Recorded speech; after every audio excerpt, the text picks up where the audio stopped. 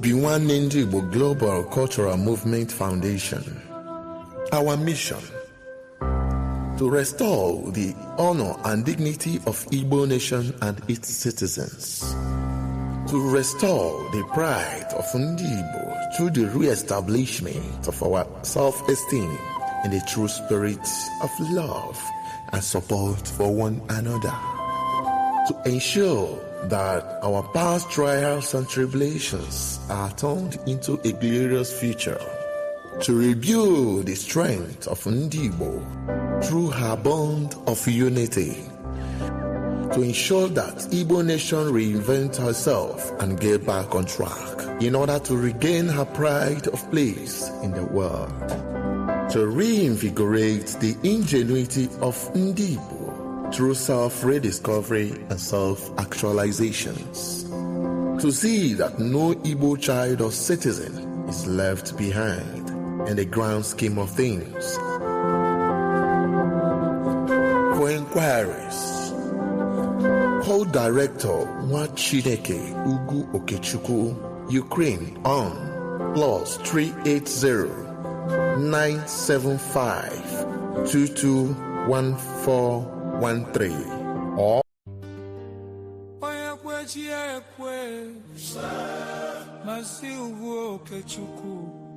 the vision is clear. Obinwannem Global Foundation.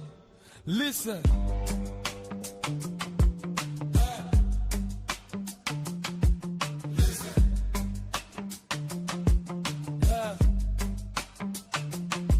They say giddy giddy bugwe is a unity is the strength of a king.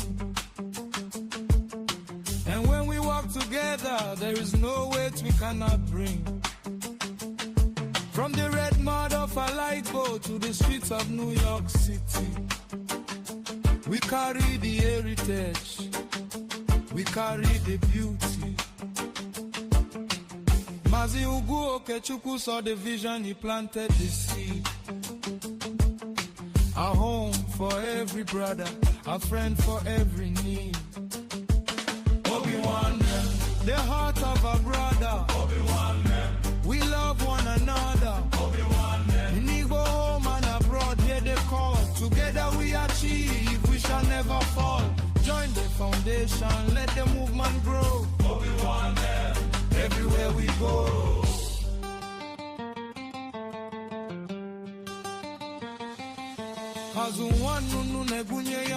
We must feed our own. No Igbo man or woman should ever feel alone. In the spirit of Onyagana, one day we stand so tall. Lifting up the weak, making sure we don't crawl. Our language is our identity, our culture is our crown. With Obinwannem, we will never let it down. Hey, Otwakana yekunem kuwana kana cover the palm fruits. That is why we need you, from the branch to the roots. Support the mission, embrace the vision. Okechukwu's heart is the engine of the mission.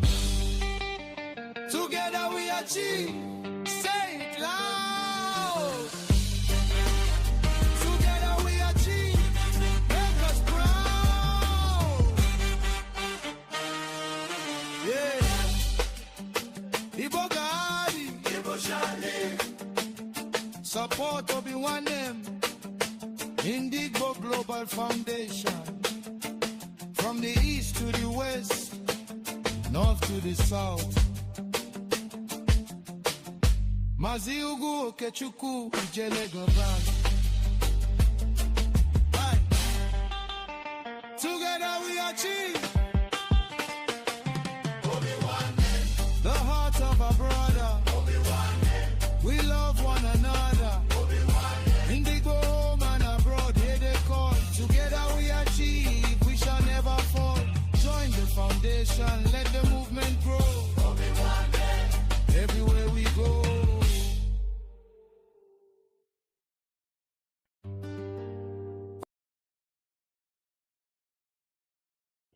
Obinwannem Global Radio. Ịkwalite njirimara na omenala ndị Igbo. Obinwannem Global Radio. Ijikọta omenala na ọdịmma ndị Igbo.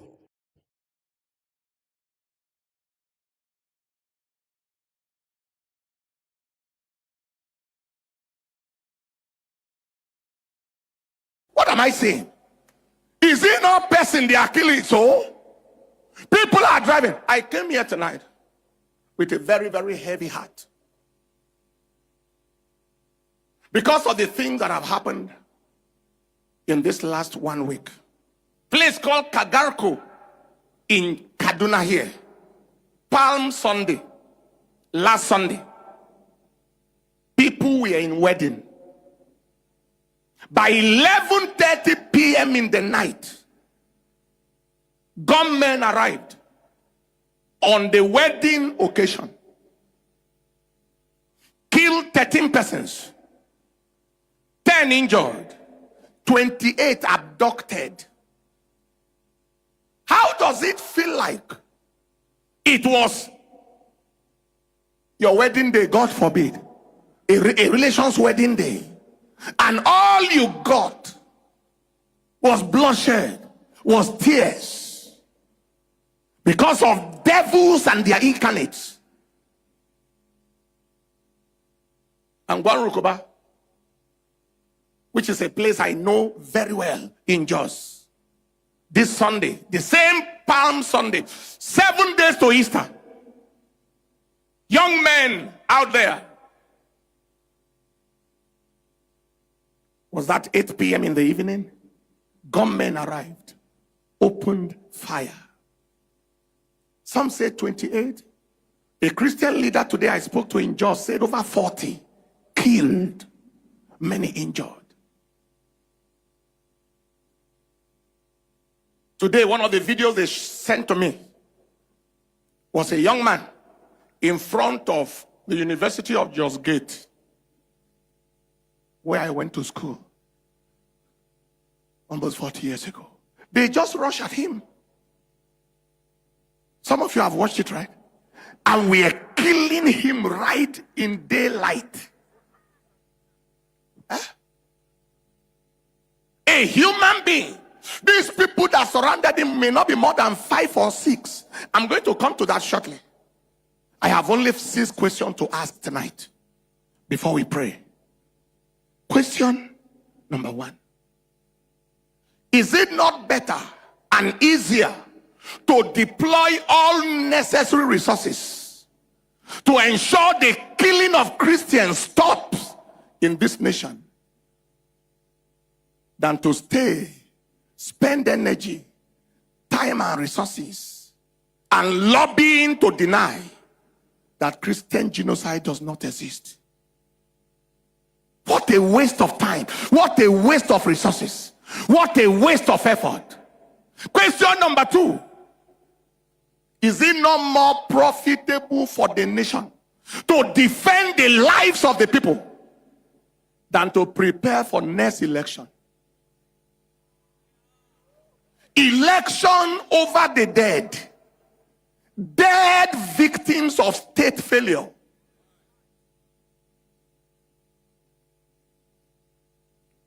My question number 3. What nation makes progress in the climate of crisis and monumental insecurity, being left behind by smaller and smarter nations? Maybe we have people like Botswana and people like Burundi or Rwanda and so on are talking about certain things. Maybe we may not be able to speak because it looks like our people from the top down enjoy crisis, insecurity. Who wants to bring investment to a nation where you are not sure? Question number 4. When will we be tired of being a reproach among the nations of the world? When will our nation's leadership be tired of Nigeria making negative headlines around the world? And then you literally a reproach. Someone was telling me the other day how they travel somewhere And they were checking passport and say, okay, you are from where? Nigeria, stand here. When will we be tired of this? Question number 5. When will lack of human value, of value for human lives, end in this country? Lack of value. When will both the leadership and the followership of this nation value human lives? And let me tell you, it is easy to blame leadership. But I want to tell you something about followership. That video I watched today, it spoke volumes about this nation. 4 or 5 people were killing this boy. Cars were passing and driving aside. Trailer was driving and going. Taking up a pass by the other side. People were standing and watching. That person that they kill. 4 or 5 people only. Nobody is saying enough to step down of the car and say, please, all of you, stop. Let's go and rescue this boy. They left him for him to. That is the selfishness that is killing this nation, and the wickedness. They are all on social media there. Fighting petty things. And everywhere, people are a human being on the road. No wonder somebody said that people deserve their leadership. The quality of a nation is determined by the quality of leaders on top of them. They keep complaining about bad leadership. What of bad followership? I couldn't recover from it. What am I saying? Is it not person they are killing? So people are driving. One day we traveled and we're coming around Gwagwalada side. I saw a young girl wrestling with a transit driver. Everybody was passing. I told our people, stop. We passed already. When I saw it, I said reverse. We reversed. They parked. I said, let's go and rescue that girl. What is happening? And we moved. What's going on, taxi driver? Why are you intimidating the girl? Long story made short, it was settled and rescued. But not our generation of human beings. Self-centered, self-focused, minding their business to the detriment of the life of a human being. This should be a shame of a nation. That video shouldn't go anywhere. Where somebody is on the road being killed. Number 6 question. And I rest and we pray. When will valueless, worthless, senseless killers in the name of religion be instantly apprehended and rapidly prosecuted? If they need to set special courts, because sentence against an evil work is not executed speedily, therefore the heart of the sons of men is fully set in them to do evil. The killers of Yelawata, we haven't heard whether anybody, I don't know, maybe you have heard, whether some people were arrested and some people prosecuted. We haven't heard. But I want to say that in the name of Jesus, it will not continue. For this Angwarukuba massacre, we are waiting for the people to be arrested. We are waiting for the people to be prosecuted. And it is not going to be a secret prosecution. It will be something that will be done for everybody to see that we have a nation that is serious.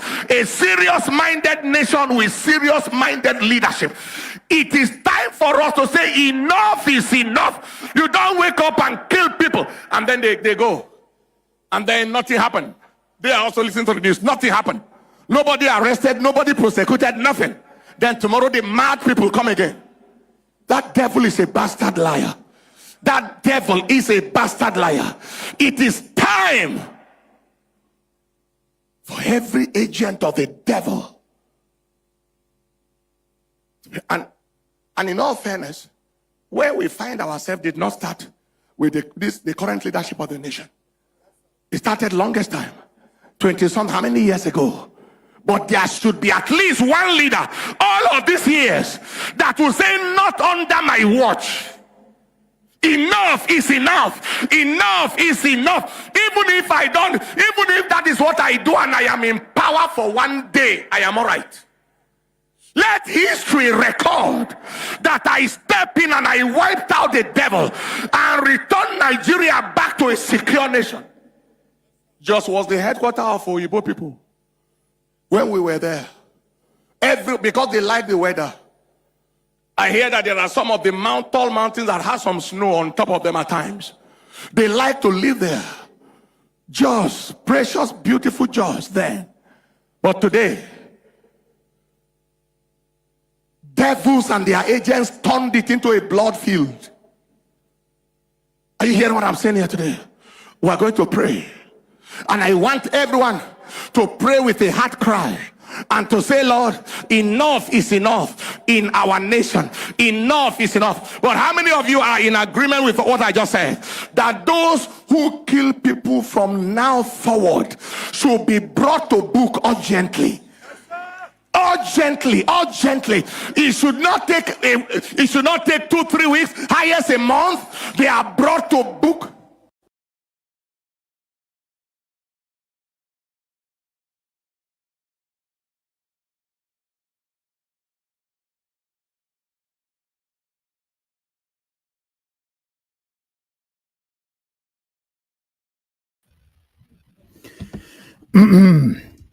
Igbo bụ Igbo ndị ọma na-ege m ntị, ekene m onye ukwu kenekwenye nta wee na-asị nke onye chiri ya zere ya mara anyị niile mma n'ụbọchị tata. Ụbọchị tata bụ ụbọchị orie mmiri n'ala Igbo dịka anyị si wee mara ya. Anyị ga na-aga n'iru no matter the consequences and the situation on ground. Anyị ga na-aga n'iru na-agbasa ozi ọma Chineke, ozi ọma gbasara omenala anyị na ozi ọma gbasara ọdịnala anyị na usoro anyị si eme mmemme na usoro anyị si enyere onwe anyị aka na usoro anyị si ebi na alaba anyị bụ ala Igbo. Ọnya ka anyị na-ekwu okwu ya n'Obinwanne Igbo TV n'ụbọchị tata. Dịka tata si wee bụrụ ụbọchị orie mmiri, anyị na-akpọku Olisa bi n'igwe ka ọ bịa were ọnọdụ maka na ọnya bụ onye isi oche. Ihe ọbụla nke na-eme n'ụwa mana Chukwu ebuteghị ụzọ, ịma na ihe ha ma nwee isi. So n'ọnya ka anyị ji asị ebe ọbụla isi wee na-ekiri anyị n'ụwa niile, ị na-abata na platfọm a gị na-enwe ihe a na-akpọ Obinwanne, ị na-enwe ihe bụ Obinwanne, ọ ga-enyere anyị niile aka.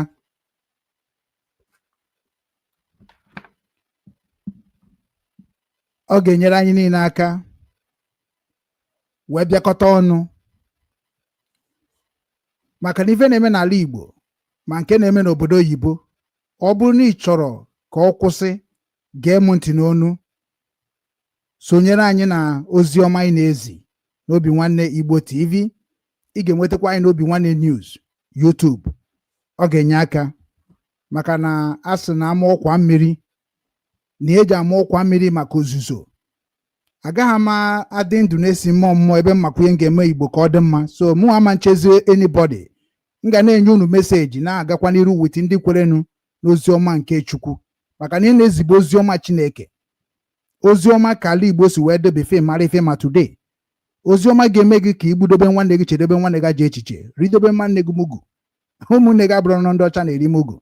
So na ọ bụrụ na ị na-abata n'ụbọchị tata dịka mụnwa si wee batakwa n'ụbọchị tata izi ozi ọma dịka nsi ezie na mbụ, abụghị m onye na-abịa na soshal midia maka ijos ka anyị bịa kpata ego. No, ihe na-eme ndị Igbo na-emetụta m ebe ọbụla nọ. I cannot sleep. Ọ naghị adị m mma n'obi na ndị ajọ ndị Igbo bịa na-emebi ala Igbo, and onwe onye chọrọ ịrụ ha aka point afa kpọọ afa na-abụrụ Okechukwu ugwu. I point you, I talk about you, and I expose you, and I write against you with the letter of Obinwanne to the embassy where you are. Maka na onwere ihe kpatara nụ ndị Igbo agaghị eji wee chegharịa. Onweghị ihe kpatara nna ya. No matter ego na ọbụla nwere, we will expose you, we will report you, and the government of the world will look on you. Nke a bụ sure. Ịma gwa m unu na mbụ, anyị agaghị na-abịa n'obodo oyibo na-egosi na anyị mara mma, na anyị ma ife anyị na-eme, na anyị na-eriju afọ, na anyị na-aga n'ụlọ ọfụma, mana unu setiri Boko Haram n'ala Igbo. Maka almost all the hotel owners, all those hotel owners and other people that is created a lot of things in cause a problem n'ala Igbo. All of them arụ ka ha na-eme n'obodo oyibo, and we are going to report them, and we are going to jail a lot of them. Onya bịa na-agwa unu nọ na-agbatakwala ya n'ọsọ na my side o, na ka m na-ebuild kwa ka m na-esetikwa the trap. Ọkwa anaghị emezu 419 akwụsịgo n'obodo oyibo na ndị Igbo anaghị emezu ịtụ ọrụ ma ime account. We will block all of them. Unu ga-ekweterịrị na back to root. Unu ncha niile na-agbara na ndị Kanu ọsọ ga-ekwete n'ihe ọ na-ekwu, ma ndị na-agbara ala Igbo ọsọ unu ga-ekwete ihe ọ na-ekwu. Enwere ka unu gbata ya n'ọsọ, maka na ọ bụ mmadụ bụ ihe butere nsogbu ji wee dị n'obodo. Ọ mmadụ ga-edozikwu ya. So biko unu were na oche unu bata, na unu bụrụ ndị eziokwu, bụrụ ndị chọrọ ka ala Igbo dị na mma. This is about almost 10 years na-eti mkpu maka ife na-emezi na mana ndị unu laikiri ka unu na-eje ya wọchị, unu wọchịchakwa ndị unu laikiri, unu na-atakwa afụ n'ụbọchị taa. Mana Obinwannem Foundation mara ife a ga-eme ka ala Igbo dị mma.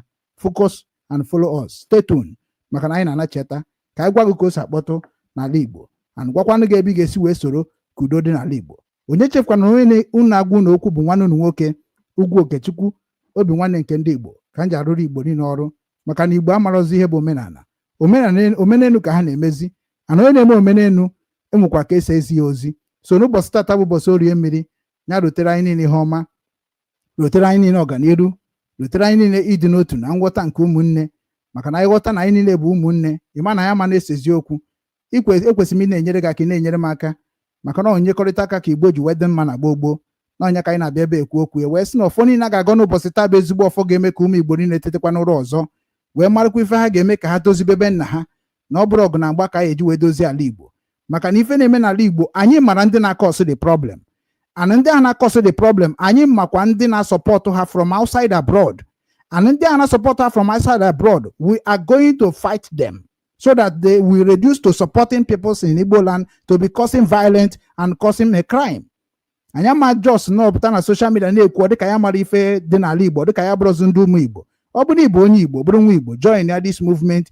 Let us stop the corruption among Igbos around the globe. Ọka ga obi join ya ha na-eme, ana ama akọ yati na ihe na-ekwu okwu ya bụ na-eme na-afụ ya n'anya, ọ na-edaghị n'isi. So na-abụkwa na onye na-agbata uhie na-etinyere ife anyị na-eme, maka na ọ gaghị adịkwara gị mma na ọ bụrụ na-etinyere anyị aja na garị na ihe anyị na-eme ka ala Igbo dị mma. Maka onye biri, onye ukwu biri, onye nta biri, ọnya na obodo dị mma. So ana masị ka ọfọ niile ga-agọ ka anyị niile mara onwe anyị n'aha Chukwu Okike abịa, maka ọfọ soro ibie ree ise. Ndewo na ụmụnne m, ka m pụtakwana.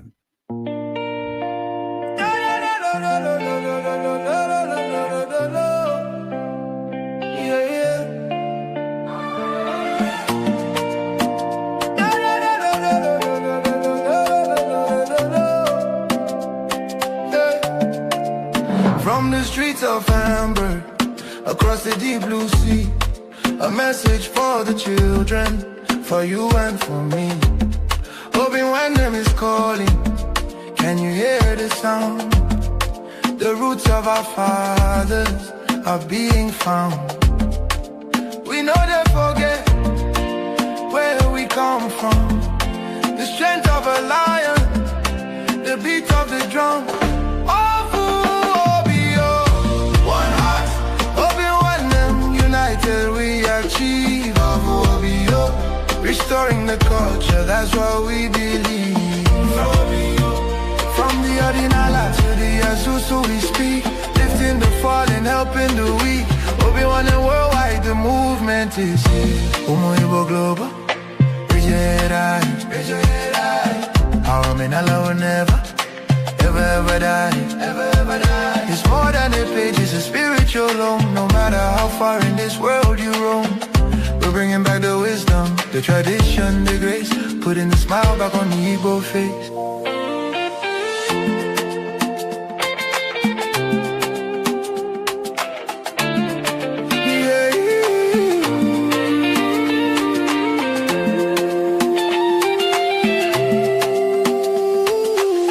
Our higher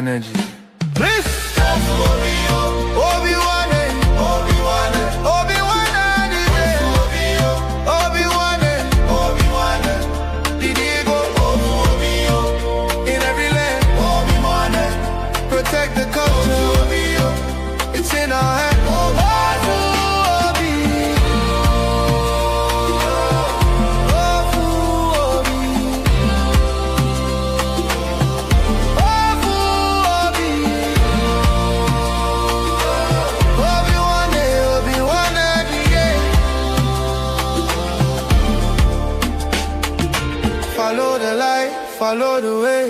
Obinwannem is leading the day. Keep the fire burning, keep the language strong. This is where we all belong. Again, it fades out with a final celebration.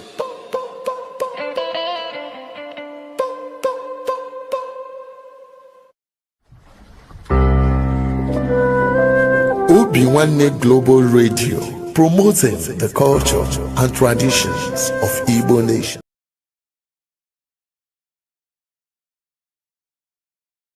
Onye bụ onye Igbo amaghị asụ Igbo bụ anụ ọfịa. Anụ nọ Nne-Igbo capital anụ ọfịa. Nna iburu isi ndị anụ ọfịa. Onye Igbo na-ewe ya bịa ma amụọla. Onye mụtara nwa ebe ọ sọrọ mụta nwa ahụ ekụziri ihe Igbo. Efu nwa ahụ n'anya. Ụfọdụ n'ime ha amadoghị ife omiri. Vọpụtara. Ị nwere ike sụrụ nwa Igbo ka e klasị nọ na ya. It doesn't understand the Igbo. Okay, you know, promotion. Omaha knows amahi ife chancha. Amul Madam Wine in America. We get no Harvard University. Only na-ekwe no onye Irish. Ma before you told Afrabo. I want to go Igbo. Maka I hate you. Na-ata ha n'ụlọ n'iru ya na-amasị oyibo.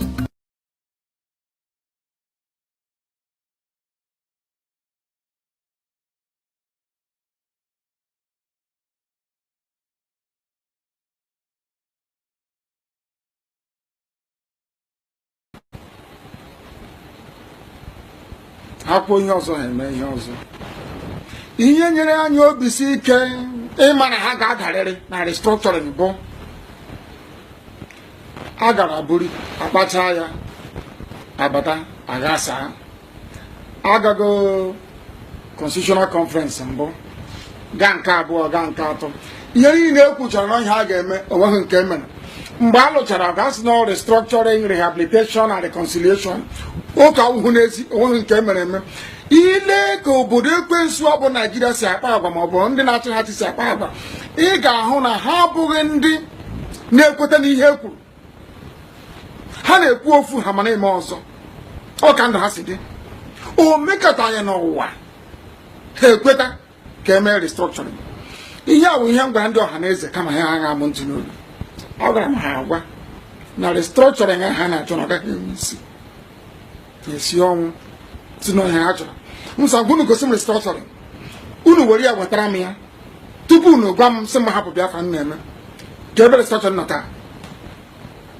Biafra nwanụ ejighị n'aka kama tupu agha ha n'ala dịka ndị Awụsa na Fulani si wee kposa ha n'ala a gwara ha sị ha unu gaa n'igwe na-agbasa ozi unu gaa kọtọ Nnamdi Kanu unu gaa kọtọ IPOB ka ihe ndị Awụsa gwara ọhaneze bịa n'igwe na-agbasa ozi bịa kọtọ IPOB kọtọ m ekwere ha nkwa gbahụ si unu kọtọcha ha ga-enye unu restructuring ha pụta kọtọcha anyị ha nwetara restructuring.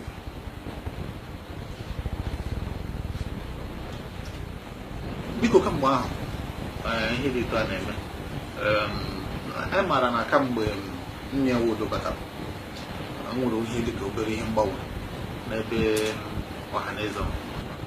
Ekenego m ya agara m ugboro abụọ nke izizi n'ọhịa ọ nọ na Amerịka nkapụ ọzọ m na ya nweghịkwa anyị na-ese nna ka ọwụ ana m akwari ugwu erubere ya isi kama na ihe nna agwa ha wụ ha hapụ ị na-eso ndị Awụsa na ndị Fulani onwe uru ha bara anyị onye na-ekwu ekwusi ike ị na-eme ọhaneze ime ọhaneze anyịkwara nye ugwu rubere ya isi na ịwa ọhaneze ọwa ọhaneze nke ndị Awụsa si egosi bịazie anyị kedu ọhaneze bụ nke asị ọzọ arịawa ọhaneze ka anyị na-eme ebe a ka ezigbo ọhaneze ka anyị na-eme. Awụsa si egosi si gị bịa kọtọ ihe IPOB na-eme pụta kọtọ ugboro olekwara ka ọhaneze na-agwa arịwasị akọtọ ụmụaka ha na Awụsa na Fulani anya ha ntị n'olu ọ gwụla sọsọ ndị Igbo ka ọ na-eme onye Fulani kpọọ ha n'ekwentị si ha ngwunu ga kọtọ ụmụnne unu ha kọtọ ebutere ha ego n'Enugu ha na-akụgharị igwe niile na-agbasa ozi ekwu mpụ niile gbasara IPOB ihe anyị na-eme. A sị m ha nọrọ n'Enugu ha kwụsị na-aga Abuja ha nọ n'Enugu na-eme ha na-eme n'Enugu ka anyị ha nkwado n'Enugu ọwụ tupu ikwu okwu ige ihe ala ha ji ga-agwa gị ka ikwu onwe ha nwe obi nke ha kwuo okwu ha kwuru n'okwu ha kwuru eluigwe agaghị ada nwe ihe ga-eme ha kwuo okwu ha eguzo ebe ha nọ kwuo okwu ahụ siri nya ihe ga-emerịrị ọwụ ikwuchi okwu ala ha ji kpọọ gị n'elekere anya nọ ehihie ikwuere ihe ọzọ a sị anyị ka anyị gagharị ana m ajụ ọha na eze ya kedu restrọchọring ji nata isi m tụfuo eleghị anya nke ahụ Biafra isi m tọgbọ nka ka inye m nke a restrọchọring isi m tọgbọ nka ka inye m nke a m na-asị gị nna ekwu ka m jiri ogodo nka tupu m hụ nka isi m were nọchi anya ya isi m mba m lụfuo ya n'ihe ndị Awụsa kwuru mgbe na elufugo m ya Biafra unu agaghị eweta ya restrọchọring onwe nke eji anyị gbasi aka na-arịọ ha ngwa unu mere anya ebere unu chọrọ anyị nwe obere restrọchọring ebe a ma nwe ebe ọzọ ọ bụ ihe anyị chọrọ. Afro trap, hip hop, heavy 808 bass, traditional Igbo Oja flute samples, Obinwannem route, for Christ style, Igbo Okechukwu. He saw it before it happened.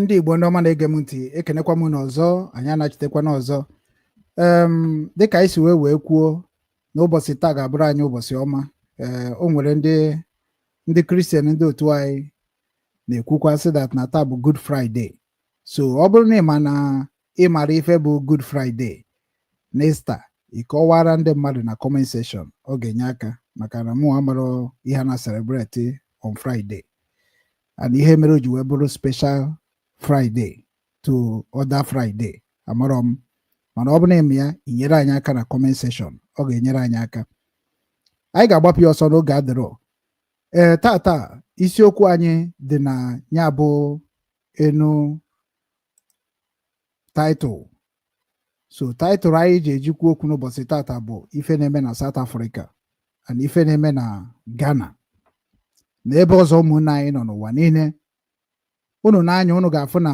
ndị be anyị na-emezi omenelu anọ maka omenelu ndị be anyị na-eme mere nsogbu ji wee karịa n'ala Igbo ana ya makwukwana maka mgbagbu ghara ọgụ. The topic bụ na South Africa and Ghana rejected the Ndi-Igbo king and eze and otego na-agwa unu maka ihe gbasara ichi echichi n'ala mmadụ maka na ndị Igbo bụ ndị na-eklem na ha chọrọ Awụsa Fulani na ala be nafa. Ndị Igbo si na ha gaghị anabata ndị Fulani na ala be nafa ana ọ bụ na ndị Fulani bịazie ka ha nwee taịtụl na ala be nafa ha nụba ọgụ kọba ọnụ tibe mkpu mana ajụjụ anyị ga-ajụzụ ndị Igbo na-echi echichi na South Africa si na ha bụ king na South Africa si na ha bụ king na Ghana maọbụ any part of African country. Aga m ezukwu unu ozi dịka nsi ezu unu before ije n'obodo mmadụ jee chi echichi ọ bụghị culture ndị Igbo. Ije n'obodo mmadụ jee chie title jee nwee title na the culture of that people ọ bụghị omenala Igbo and ana m condemn okwu ya and Obinwannem ndị Igbo global na condemn ya wee na-asị na onye ọbụla na-eje n'obodo mmadụ echi echichi ihe ọbụla efuru iwere ya because anyị ga-enyere ndị obodo ahụ aka ka egbuo ga-egbuo na ịbụghị onye Igbo maka na ịbụrụ ezigbote nwa afọ Igbo ọ bụrụ na ịkpata ego n'obodo oyibo ijere maọbụ inweta ife ga-enyere obodo gị aka n'obodo ije wenata ya na-asị na akụrụ na amara onye kpara ya. Amaghị m ihe kpatara nụ na ndị Igbo ga-amachi ebe eziokwu arapụ nke bụ eziokwu na-eme ọzọ. Back to root m na-epreach kemgbe ụwa n'Obinwanne ya ka nnachitekwara full time ka m mee ka unu mara na onye ọbụla bụ onye Igbo na-eje n'obodo mmadụ echi echichi marakwa ma na ihe ọbụla efuru iwere ya. Omenala Igbo abụrụ ije na be mmadụ jee chi echichi. Kedu ife bụ ichi echichi? Ichi echichi na ọnọdụ ka onye na-eweruzi obodo mmadụ.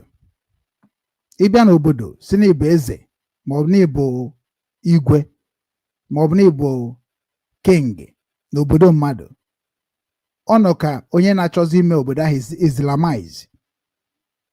Otu isi na ndị Hausa ndị Fulani ama mbata, ndị Hausa ma mbata bịa chi echichi be nna gị, otu a ka ndị South Africa si ga-echizi n'echichi be nna ha, and we are supporting them because I have a South Africa friends, I have Ghana friends, and I encouraging them to destroy all of you. Onye ọbụla bụ onye kpatara ego chọrọ ichi echichi na bebe nna ya, ịna be nna gị, ndị be nna gị echie gị echichi maka ihe ọma ị na-eme n'ala obodo gị, maka na echichi n'ala Igbo bụ ndị na-eme ihe ọma, bụ ndị nwere ife ha mewuru. So gị nwa bụ onye kpatara ego feelizie that na ego ga-adịgo too much. The same thing ahụ ị rụrụ, ị chọrọ ịrụ n'obodo mmadụ, palace ị chọrọ ịrụ n'obodo mmadụ, kingdom ị chọrọ ịrụ n'obodo mmadụ, bunata na ebe nna gị bịa rụọ ya, ọ ga-enyere gị aka, nyekwara obodo gị aka, nyekwara ndị ikwu obodo gị aka. Maka na anyị nwana onwe anyị bịa na-ekele mụ na anyị nwana nwaanyị chọrọ ka udo dị n'ala be anyị, anyị ga-ebidogoro n'aka anyị. Anyị ga-ebido n'aka anyị. Almost ebe 4 years today ka m na-agwa unu na anyị o nwere ife m na-afụ na mmụọ a na-ezi m ọ dị clear. Enwe ọtụtụ ihe ndị be anyị na-eme adịghị mma. Nke mbụ bụ na ije obodo mmadụ dịka ịbịa n'obodo oyibo na Europe, ana m afụ ndị na-ebute mmanwụ, ndị na-eti mmanwụ, ndị na-eri ji, ihe ndị a niile, ndị na-echi echichi n'obodo mmadụ, ihe ndị a niile adịrọ mma, ọ bụghị omenala Igbo. Ana m akọndem ya site n'ike nke Chukwu Okike abịama, wee na-asọ onye ọbụla bụ onye na-eje n'obodo mmadụ echi echichi na-achọzi ka o were obodo ahụ mezie ebe ya, marakwa amara that na ga-egbu gị, gbuo ụmụ gị n'oge na-adịrị anyị, because we are firing it, we are reporting all of you, so that na nobody should go to anybody land and become a king or requested to become eze. It is against the rules and regulation of Igbo culture, and that is why anyị ji wepụta ka anyị na-agwa ndị na-ajebeghị eje ma ọ bụ ndị ka eje eje, maka mgbe a ga-ebido ogbugbu unu, mgbe a ga-ebido ogbugbu unu ka esi eme na South Africa, ọ ga-adụrụ unu too dangerous, because na ị nwere ana ebe isi wee pụọ wee jebe ebe ahụ ị nọ. So nyere anyị aka gbasa ozi a ka o jekwuru ndị anụmanụ a niile bụ ndị na-asị na ha bụ ndị echichi n'obodo mmadụ, maka na this new millennium anyị nọ n'ime, afọ anyị nọ n'ime, this new life anyị nọ n'ime, this generation anyị nọ n'ime, a lot of Africa ewekubego up. A lot of Africans na-wake up, and ekwena ka this thing mega affect. Mara ihe ijije obodo ije n'ime, otu anọ na Hamburg, Germany, enwere rules and regulations eji aga na Hamburg, Germany. Afụbeghị m ndị ọcha anyị nọ na be Fabia na be anyị si ka ha chi echichi na be anyị, wee nwee palace, kingdom na be anyị, onwebeghị. Ndị nke anyị nabatara anabata bụ ndị ụka, bụ ndị nke na-eso ụzọ Kraịst. Ya eji nabata ha maka na ha na-egbu mmadụ, ha na-emejọ mmadụ, ha na-anapụ mmadụ ihe nke ha n'ike. Ọnya mere anyị ji nabata fa, and ha ka nọ na be anyị, n'ọba anyị nwa ka ọ dịziri ịgwazifa ife ha ga na-eme ka be anyị na-aga n'iru. So mana the main problem nji wee bịa ebe a n'ụbọchị taa, the main reason ji bịa ebe a n'ụbọchị taa bụ maka ndị echichi na South Africa, ndị echichi na Ghana. Ọ ga-akara unu mma na unu mechiri nonsense ahụ niile unu na-eme n'obodo ahụ. Close that nonsense down. Unu na-emetosi afọ Igbo, unu na-emetosi ihe ji mara ndị Igbo. Maka na unu continue ya, anyị ga-afụ ndị obodo ahụ, indigenous of all those people, all those places unu nọcha, like South Africa, like Ghana.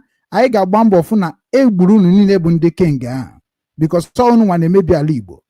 Maka na o nwere ihe anyị nwere ike ime na ndụ unu niile nọ na that country, maka na unu nwa bụ ndị na-ebute nsogbu n'ala Igbo. Maka na ejego omume research very very well wee chọpụta na ndị na-echi echichi n'obodo mmadụ bụ ndị 419. Ndị Igbo na-echi echichi na South Africa bụ 419. Ndị Igbo na-echi echichi na Ghana bụ 419. We don't want that kind of echichi, and ọ bụrụ omenala Igbo ka ọ bụ, and we are not going to accept it. All the very very important. And anyị ga-agbakwa mbọ fụ na ngị nwa bụ eze chiri echichi n'obodo mmadụ, we will take all your information and make sure that we circulate it all over the world and label you what you are labeling Igbos. That is why I do create a media. I get de maka gị de history gị de obodo gị de ihe na-eme n'obodo gị, wee gwazie ndị obodo ahụ ị nọ na gị nwa na nwoke ga enyere obodo gị aka, wee bịa nyere obodo ndị ọzọ aka. A na-ebido n'ọdịrị mapụ bilo, maka na ife nji agba ndị be anyị nkịtị na ibido with ndị otu m condemn a lot of people na abroad. Ọkwa ka anyị chie warning ma ọkwa mmiri maka ozuzo. ịchọ ịbụ oke mmadụ ibie na be nna gị bụrụ ya, ị ga-ejebe nna mmadụ wee na-abụ oke mmadụ, maka na onye Igbo ọbụla jere mba ga-anata anata. Anyị niile nọ na mba, anaghị ga-anarịrị be anyị wee dozie be anyị. Na rizin ajọ ife jide na be anyị bụ na o nwezi ndị chọrọ ka ha were obodo ndị ọzọ wee mere befa. Eze ị na-abụ n'obodo ndị ọzọ ka ndị na-abụrụ eze ahụ, igwe ahụ ị na-echi n'obodo ndị ọzọ, ma ọ bụ kedu ihe unu na king ị na-abụ n'obodo ndị ọzọ, kedu onye ị na-abụrụ ya? Onye ka ị na-abụrụ that title? Why are you taking title in another man's land? What happened to your land? Kedu ife mere n'ala be nna gị? Kedu ihe na-agbara be nna gị ọsọ? Kedu ihe ọ ga-abụ iji chi echichi n'obodo oyibo? Ebee ka isi wee nweta that culture? Ụmụ Igbo help m ka I condemn all this thing again. Maka na ha na-agba ọsọ n'ala Igbo, maka na ha bụ ndị na-emebi ala Igbo. Ha chọrọ ka obodo ha nọ n'ime dị mma, mana ha chọrọ ka obodo be na ha dị mma. Nyochakwa anya bụ ihe nyocha. Aga m eje n'ihe gbasara vidio onye Yoruba kọwara maka anyị nwa. Ọ maka anyị nwa ka ọ kọwara. Ana ihe ọ kọwara maka anyị nwa, ọ ka nchetakwara unu ya, unu nwa bụ ndị Igbo, ka unu mara that na onye ọbụla kpọrọ ọbụ ya ọkpọkọrọ, agbata obi ga-eji egwu egwu. Ịbịa n'ala Igbo, ọtụtụ ndị be anyị amarọ that na ịbịa n'ala Igbo, ala Igbo nwere ọtụtụ culture dị iche iche. Ala Igbo nwere usoro ha si eme omume n'obodo dị iche iche. Ịbịa na Nsụka be anyị, aga m eji Nsụka be anyị wee nyere gị aka wee kọwara gị na amụrụ m ka ndị bunu si eme, chọọ ịmazi ka ndị bunu si eme na-akwado ọfụma. Anyị ga-ama agbụrụ, steeti, village, city, town, community that destroying Igbo culture. We are going to fish out. Maka na ịbịa n'ala Igbo, a na-ajụ kedu ife na-emen, kedu ife na-emen. Anyị ga-akọwaziri gị ihe na-emen. Ụmụnne anyị nọ n'ala Igbo ga-abịa na-agwa gị ka obodo ha si eme emume. So onye ọbụla bụ onye na-eje n'obodo ọzọ na-echi echichi, anyị nwetaghị na gị na social media, we will write against you, we will report you, we will call you terrorists in another man country, destroying Igbo culture and Igbo name. Ọ bụ na onwe onye ga-ekwu, we are going to stand for it. Ịbịa na be nna m, echichi na-ebido dịka onye si wee tọ. Anyị nwere ihe dịka king, anyị nwere ihe dịka eze na be nna m. Anama m na ọ bụrụ na obodo akọdụ be nna gị, ị na-enye aka na-atụsa ozi a. Ndị niile anyị fụrụ bụ ndị na-echi echichi igwe, eze, ọhanwa bụ the terrorists ndị Britain dobere n'ala be anyị. Ihe nji akpọ ha terrorists because na ha mara omenala be nna fa. Onye ọbụla ifuru bụ igwe, eze n'ala Igbo, it is not Igbo culture. It is not Igbo culture. Ọ bụ na ọ bụ Igbo culture, then ị ga-agwa anyị which state na-echi igwe na-echi eze, ọ gị kọwara anyị the job of eze na igwe, maka ife abụrụ Igbo culture. Because Igbo na-eme ife according to ka esi wee bịa ụwa, and ka esi akpa ike, and ka esi amara ihe, ọ ka Igbo si eme ife. Ịbịa na be anyị, enwere echichi a na-akpọ onye ishi, enwere reason. Enwere echichi a na-akpọ edeoga, o nwere reason. Enwere echichi a na-akpọ ogbuebune, o nwere reason. O nwere echichi a na-akpọ isi iwu, o nwere reason. Nke a bụgodo nke dị na be nna m, amarọ m be nna gị. So na m na-akụziziri gị ka o si wee dị na be nna m, iwe werezie ka o si dị be nna m, wee na-atụgharị ka o si dị be nna gị. Maka na Igbo niile abụrụ ofu, mana ọ bụ akwa ụkwara anyị niile abụrụ ofu. Achọrọ m ime ka unu mara na Igbo niile abụghị ofu. Igbo niile abụghị ofu. Agwa Igbo na-akpa abụghị ofu. Onye abịazina na-edi stọpụ ọ na-edisivu ndị Igbo na social media. Igbo niile abụghị ofu. Enwere ndị na-egbu mmadụ, enwere ndị na-azọ mmadụ, enwere ndị na-enyere mmadụ aka, enwere ndị bụ nke mmadụ ka ha ji eri. We need to identify them. We need to know them. We need to know agwa onye ọbụla bụ onye Igbo na-akpa, mana obodo oyibo, mana ala Igbo. It is our duty to take care of ourselves. It is our duty to protect our land. It is our duty to make sure that na enwere onye dịka ajọ mmadụ terrorist na-abata na be anyị. It is our duty to make sure that we take our governors responsible from what is going on in Igbo land. Mmadụ tinyere gọvanọ, anyị tinyere gọvanọ, anyị tinyere senator, anyị tinyere councillors, anyị tinyere local government chairman, anyị tinyere even ma ndị igwe. Ọ bụghị anyị nwa tinyere, na ndị tinyere ndị igwe bụ ndị politicians. So when you get politicians, you get ndị igwe, you get ndị eze. And those people now be here na cause problem na ala anyị, because those people anaghị follow Igbo culture and Igbo tradition. And that is why we ụmụ Igbo aikuniena n'ụwa niile ka anyị stop ndị eze ndị ọzọ from evil they are doing in the kingdom of God. We are going to stop ndị eze na ndị igwe iji na-eje na participate with the government of Britain in our land. Anyị kwesịrị onye ọbụla ịnachi ya na obi ya, onye ebe ka ịbụ, onye obodo ebe ka ịbụ, kedu ka ndị be nna gị si akpa agwa, kedu ka ndị be nna gị si eme omume.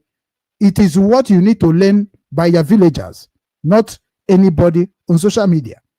Ịbụrụ onye Nsụka, you already know the title, you already know the structure of ndị Nsụka, and you have to follow nke village gị. Mana duto otu anyị niile si wee bụrụ ụmụ Igbo, na-azụ ụmụ Igbo, claim the name, na-use the name, we are going to follow the rules and regulations of Igbos. We are going to educate our peoples, our villagers, our people about Igbos. Maka na ihe dị n'ala Igbo, na ihe dị na ndụ ụmụ Igbo n'ụwa niile, ndị ọcha na value n'ihe, ndị ọcha na-enwe anwụrị maka nya bụ ife, ndị ọcha na-akwado ihe, mana nke ha na-akwado bụ nke anyị chọrọ ịbịa na-agwa gị ka iwepụ ya na ndụ gị. Ịbịa na be nna gị, igwe ahụ ị na-aza na be nna gị, gịnị bụ the reason of gị nwa ichi echichi igwe? Kedu ife ị na-emekarị iji wee bụrụ igwe obodo gị? Kedu ihe batara gị n'ime? Kedu mmụọ batara gị n'ime? Kedu reason eji echi igwe? What is the title of igwe? What is the title of eze? What is the reason eji echi eze? What is the reason eji echi igwe? What is the reason eji echi king? What is the reason? Kedu ife ha na-contribute na our system? Kedu ife ha na-contribute na ndụ ụmụnna anyị? Ọ bụrụ sọsọ ichi echichi. Mgbe gboo, onye ọbụla chiri echichi nwere ife eji wee chie echichi, and ife ahụ eji wee chie echichi bụ ife ahụ ka e ga-eji wee mara ya ọntịrị ọnwụọ. So na ana m akpọkụ Igbo niile bụ ndị ọnụ na-eru n'okwu, bụ ndị ka nwere obi nwanne, ka anyị kwụsị ndị be anyị a na-echi echichi na obodo oyibo, ka ha kwụsị ya na ọ bụghị omenala Igbo, ọ bụ arụ, ọ bụ arụ mere Igbo na mba, ọ bụ arụ na-ebute arụ n'ala Igbo, ọ bụ arụ karịrị arụ, ọ bụ insult to our elders, ọ bụ insult to our king, ọ bụ insult to our villagers. It's an insult. Somebody in South Africa sị na ya bụ Igbo king in South Africa is an insult. Ghana anaghị eme na be nna gị, South Africa anaghị eme na be nna gị, ndị ọcha dị eme na be nna gị. So ihere mee gị na-eme n'obodo onye ọzọ. You are a Fulani to South Africa. You are a Fulani to Ghana. You are a Fulani to that place you want to become king to colonize them. In a back when a Fulani colonize Abenage, but you are going to another man country to Islamize them through this your kingship and this your ezeship. And that is the reason why all of us is trying all our possible best to stop this corruption that is destroying our people. Nsogbu a na ndị be anyị na-enwe na nsogbu a ndị be anyị na-agabiga, it is time for us to stop it. Maka ibe na social media ugbu a, ihe ma obodo ịdị na-agara onwe gị na-eme ka isi like, mana ị maha na ihe ahụ ị na-eme bịa ga-ebutere ụmụ gị aja afa. So ụmụnne m na ụmụnna m, aga m ebubata this video. Aga m ebubatakwa this video ka anyị gee that man ntị n'onu, ka anyị gee nwoke ntị n'onu. Then video kita m wetere kita, video m wetere kita na bụ gịnị? Nke a bụ Oni of Ife. Gee ntị ọfụma ka ịnụ ihe o kwuru maka ndị be nna anyị. Gee ntị ọfụma ka ịnụ ihe o kwuru maka our fathers, bụ ndị anyị na-akpọzi ndị mbụ na ndị egede. Gee ntị ọfụma ka ịnụ ihe o kwuru about Igbo race. Gee ntị ọfụma ka ịnụ ihe o kwuru about our land. Gee ntị ọfụma ka ịnụ ihe o kwuru about ka ndị be nna gị si akpa agwa na gbogbo ọ dị very important. Ọ bụrụ na anyị niile chọọ ka ala anyị dị mma, ọ bụrụ ije kpọba America bịa nyere gị aka, Israel bịa nyere gị aka. These people knows everything about you. These people knows when you want a help. These people knows when you are in trouble. These people knows how they will help you and what they will benefit from you. So it is time all of us will stand for truth, stand for justice, stand clearance of evil they among us. Start speaking exactly what is going on in our land. Gee ntị ọfụma ka ịnụ ihe nwoke a kwuru ka iwe wee na-enyere ndụ gị aka. Ọ dị very important for ndị na-echi igwe na ndị eze ebe ọ bụla ị nọ n'ụwa niile.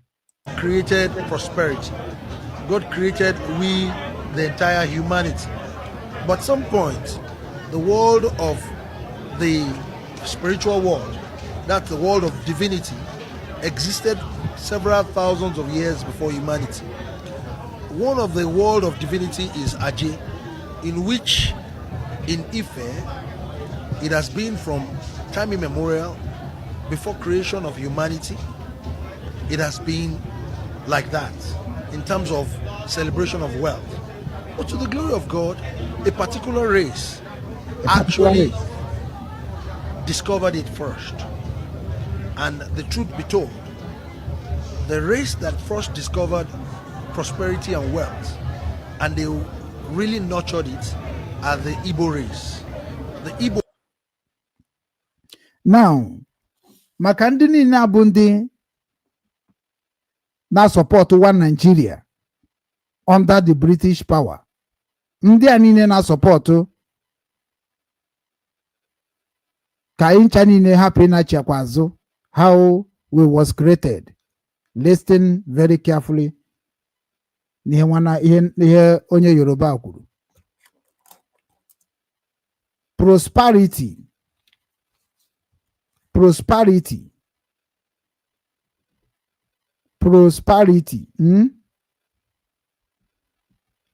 unu ma ihe bụ prosperity ọkwa ya? Ya ka na-agwa gị, aga m rewind kwe back ka unu nụ ihe o kwukwara about ihe ndị Igbo bụ ụzọ discover before ndị ọcha, before ndị ojii, before any tribe. Listen very carefully. And they really nurtured it. But to the glory of God, a particular race actually discovered it first. And the truth be told, the race that first discovered prosperity and wealth, and they really nurtured it, are the Igbo race. The Igbos first discovered it through their ancestral background, the lineage of Obatala, discovered the prosperity and wealth in terms of the divinity world. And that's the reason why today the race of Igbo people, they're very, very particular, and they have very good expertise when it comes to commerce. They are very distinct all over the world. There is no place in the world that you will go that you won't find an Igbo man. Then anyị ga-ebu ụzọ ka anyị gaa na ihe gbasara, because ụmụnne m, ụmụ aja na ụmụ Obinwanne ndị Igbo n'ụwa niile, ọnụnwa ka anyị na-enye this preaching maka ọ bụrụkwa ndị nke nọ na the calamity. Mba. Now anyị ga-eje, what is the meaning of prosperity? Let us now go to Google ebe ọ na-akara unu mma bet na aga m aka ọkwa ya na olu bekee ka ọkwa ya na olu Igbo ka m si wee ghọta.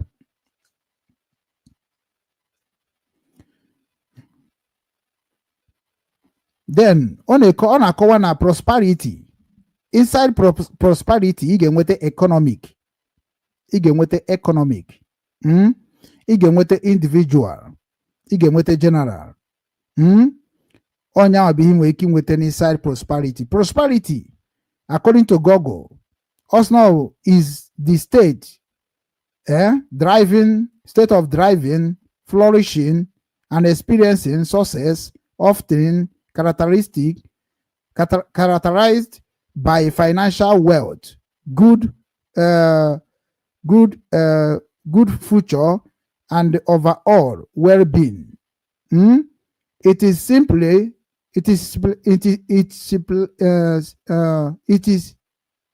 amplify having the resources necessary for a high quality life and security, moving beyond most survival to comfort. Ihe abụ gịnị? Ihe abụ ihe gbasara prosperity. Prosperity, ina hana na say, I wish you good health and prosperity. So many of our people na-ekwu about how the meaning of that prosperity, and that is why we are trying to educate you, mekwa gị ka ịghọta ihe dị na prosperity.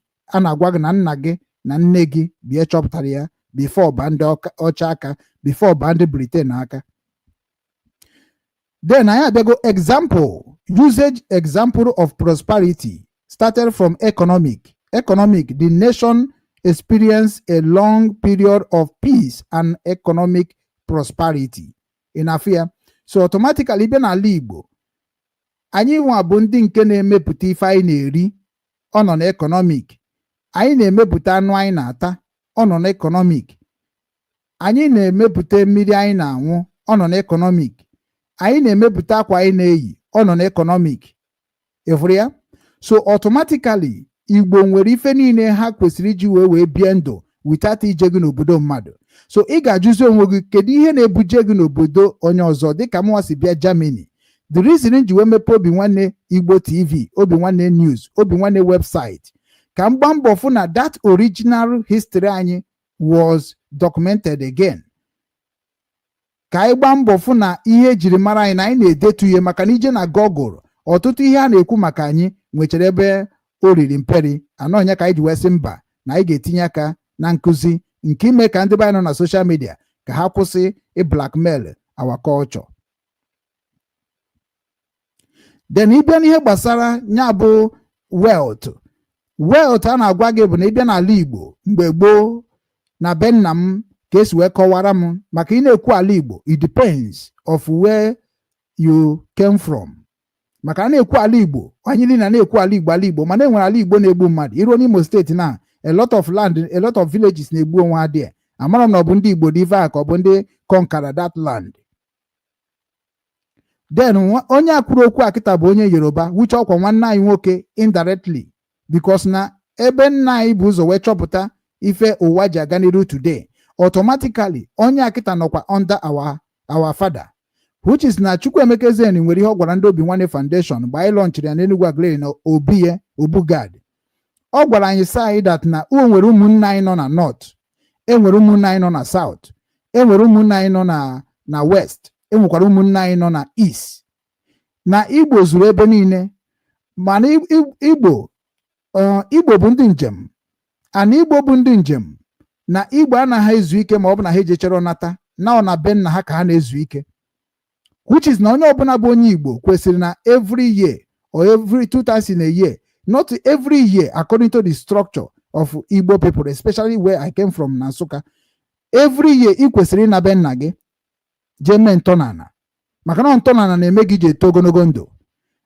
Otu amụnwa n'obodo oyibo more than many years, more than about almost going to 10 years now, if you get or close to 10 years, mana be bai eji m ala be nna m ụgwọ, ejisi m ha ụgwọ ike. Onye amị na ọtụtụ ihe na-eme anaghị aga ka o kwesị isi na-aga, ọ bụrụ ya mmadụ ga-eje gwọrọ m ọgwụ. Ihe nke a bụ ihe otu anasị wee dobe, otu fuchọs dobie. Onye Igbo ọbụla ezigbote nwafọ Igbo mebu nwoke mebu nwaanyị anaghị apụ, nwaanyị anaghị eje mba, ọ nwaanyị na-anọ n'ụlọ. Nwaanyị bụ onye keji akpọ ha ndị odozi akụ. Ndị odozi akụ wee etu aha na-ekwu okwu, ụmụ nwaanyị na-edozi ya ọdụmma. So na ụmụ nwoke ndị Igbo na-eje mba, ha anaghị atọ na mba, ha anaghị ebi na mba, ha na-ejecha nata. And ị na-anya kịta na ụwa ọfụrụ anyị nọ n'ime kịta na anyị na-ejezi mba dị iche iche, mana gịnị mere na anyị jee na anyị na-anọte aka na anyị da-anata? Ọ kweshọn ị ga-ajụzi ndị agha sị na ha bụ ndị igwe maọbụ ndị eze maọbụ ndị king maọbụ ndị whatever ha na-echi wee na deceive papa ha na mama ha. Ka anyị ga-ekwe ya ntị n'onu. And the same goes with the Jews. There is this mistake that the world usually make. They make this mistake that the Igbos came from the Jews. No, it is the other way around. The truth be told, the first human race that existed was the Igbos before the Jews. And ihe a bụ onye Yoruba na-akọwara gị onwe gị. Ihe a bụ onye Yoruba onye ofufe according to ọha ma na-akọwara gị onwe gị. Ihere ada eme ndị Igbo, ndị eze, ndị ọzọ, ihere ada emekwana unu. Ihere ada emekwana unu nwa bụ ndị na-echi echichi n'obodo mmadụ. I support South Africa to destroy anybody, any Igbo king, any Ghana, anywhere in the world that is Igbo people trying to make themselves to become a king or Eze in that land. Let them destroy it. We Igbos all over the world are supporting all of you to destroy anything called Igbo king in any land. We don't support it. It is not our culture, and it shall never be our culture. It is abomination to any man call himself or herself Igwe or Eze or king in anybody's land. It is against the rules and regulation of Igbo race. Because we have to work with other countries to make sure na anyị na-ekipu iwu obodo anyị nọ n'ime ebe obodo ha. So na ya ga bụcha ndị ahụ niile bụ ndị bidoro ụwa bụrụkwa ndị na-emebi ụwa. Ọ dịrọ mma. Ife ọbụla anyị na-eme bụ ịbịa n'obodo ọbụla ndị Igbo nọ buru ibu, a na-enwe organization a na-ehibe ebe ahụ under the government of that land. That one ezugo. That one ezugo. Ife ọbụla a na-emezi concerning more than even there. Ima that na ọdịghọzi na omenala. Anonya mere ala Igbo ji enwe problem today. We were all living together at the center of tropical rainforest, which is the heart of the whole thing, the land of expansion. We were all living together as one big happy family before they started moving clockwise. They started moving towards the eastern part of the world where they started settling. So the race of the Jews and the Igbos are very similar, but the Igbos are way older than the Jews.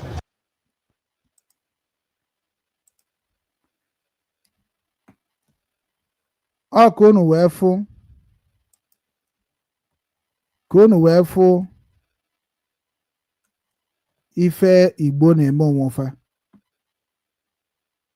Ka unu wee fụ ihe Igbo na-eme onwe ha.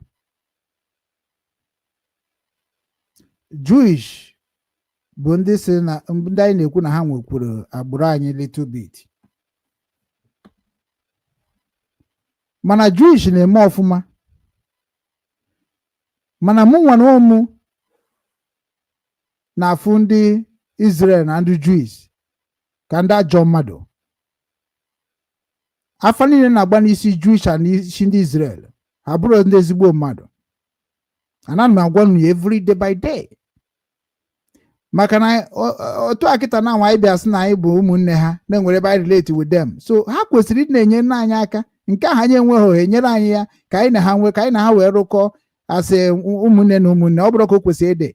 Mana ọ gị nwa bụkwa onye Igbo, especially ndị Igbo bi na Israel na-ekwugheri nonsense a na Israel, na-emekwa ka ndị Israel ka ọ dịkwa ka anyị nwụ na ndị Israel ọ bụ ofu agbụrụ ka anyị si, which is na ọ bụrụkwa ofu agbụrụ. Ọ bụgoro ofu agbụrụ ka anyị si ma na ha masị na ebe anyị si wee pụta wee jebe ebe ha na-eje. Onye mere gị nwa bụ onye Igbo bụ onye nke na-abịa na social media hapụ be nna gị ikwesị na-ekwu maka be nna gị na-ekwu maka be nna onye ọzọ. Ọ ka ịma na iso wee bụrụ problem ihe na-eme n'ala Igbo be nna gị. Onye akịta kwuru okwu akịta na-abụ gịnị? Onye Yoruba bụ onye bịa kọwara gị onwe gị. Kedu ihe mere na ndị Igbo anaghị abịa akọwara ndị Igbo ndị ibefa ka ha si wee biri na ka ha si nọrọ? Kedu ihe mere na ide abịa agwa onye Igbo ebe isi? Kedu ihe mere na abịa agwa onye Igbo ka ndogode ihe na-eme ka ọ gaziere gị ka o wee gazikworo onye nwa? Onya menji asụ unu na Obinwannem Foundation apụtago, Obinwannem Ofu Obi apụtago. We need to join hand together. Anyị ada akpọ ndị ọjọọ bịa. Anyị ada akpọkwanụ ndị na-aghọtara ọbịa. Ihe anyị na-akpọ bụ ndị ghọtara anụ. Instead of giving it na-ata afụ na-echere at n'ala Igbo ga-adị mma nke taa ka nke echi through Biafra or through anything. Ị na-egbukwa onwe gị oge. You are wasting your time. Idozi obodo na-ebido n'aka gị. Obodo anyị ghasasịrị aghasasị anyị ga-ebido n'aka anyị, mana anyị ga-agba mbọ fụ that na anyị bịakọtara ọnụ wee na-eme otu o kwesị isi wee na-adị ka ọ hapụ ịfịa anybody alụ. Onye mere na unu China nọ na social media na-ajụ gịnị ka a ga-eme ka ala Igbo dị mma. O nwere ihe a ga-eme ka ala Igbo dị mma na abụrụ na gị nwa na onwe gị kwụsịgodoro ihe ọjọọ na-emegodo. Onye number 1. Nna anyị amatacha afọ wee wepụtara anyị iferi na ha ga-ewepụtara anyị, anyị pụtazi ewe na-agbalaba nkụ. Today kita na Igbo enwezi dignity n'ụwa niile. South Africa anyị ka mma nwee ife niile ha na-achụpụ anyị na befa uche ya kwadoro m ya ha chụpụsịa all of you because na otu akịta na anyị nọ n'obodo nọ na Germany na-enyekwu anyị ọsọ. We are not going to last in abroad. Ka ụwa sa atụgharị kịta na onye ọbụla ga-anụ hei onwego ndị ghọtagoro ka obodo oyibo si wee dị ha wee na ọha nwa bụ ndị ahụ narụ na-eme kidnapping na-ezu ori na-egbu ndị mmadụ ndị ahụ bichara obodo oyibo kwere ha ebi ma ọ bụ ndị ajecha rụcha amị na Nigeria Army fụ na Nigeria Army na-ego adịrị ya ha joinizie kabal na-emezi kidnapping na-egbu mmadụ. Anọ ndị ahụ bụ ndị anyị na-achọ ka anyị gbaa mbọ fụ na anyị chọpụtara ndị be anyị nọ n'obodo oyibo na-akwado these people na-egbu ndị be anyị. We want to dig out and fish out and anyị chọpụta ya because na otu ị nọ kịta na every day unu abịa na social media na-achọ onye unu ga-eso unu na-eso onye unu amaghọ ebe ka unu si eje. Do you know me? Ihe na-agwa gị bụ go back to your fatherland. Onye ọbụla bụ onye Igbo, go back to your fatherland. If you don't have a fatherland, join Obinwannem Ofu Obi ka anyị gosi gị ebe ị ga-esi wee bie ndụ gị without ime ihe ọjọọ. Ihe ahụ unu nọ na social media wee na-eti mkpu ka ọ dịrị ala Igbo maka ọ dịrị ala Igbo maka ọ dịrị Biafra land maka ọ dịrị Biafra land ma how can it be possible without you to repent? Ịgbanwe njọ gị maka na nji na-eme sitere n'okwu ọnụ gị. Ana m agwa ndị Igbo niile nọ na South Africa, ndị Igbo niile nọ na Ghana, condemn ọnụ this nonsense king or eze unu nwechara that country maka na anyị ga-agbagide mbọ niile a ga-agba mbọ a ga-destroy that palace, a ga-destroy everything concerned ndị Igbo in anywhere in the world. The same thing na ka anyị gwara unu about ndị Igbo nọ na Lagos State. The same thing ka anyị gwara unu nwa bụ ndị Igbo nọ na Lagos State, ndị Igbo nọ na Abuja.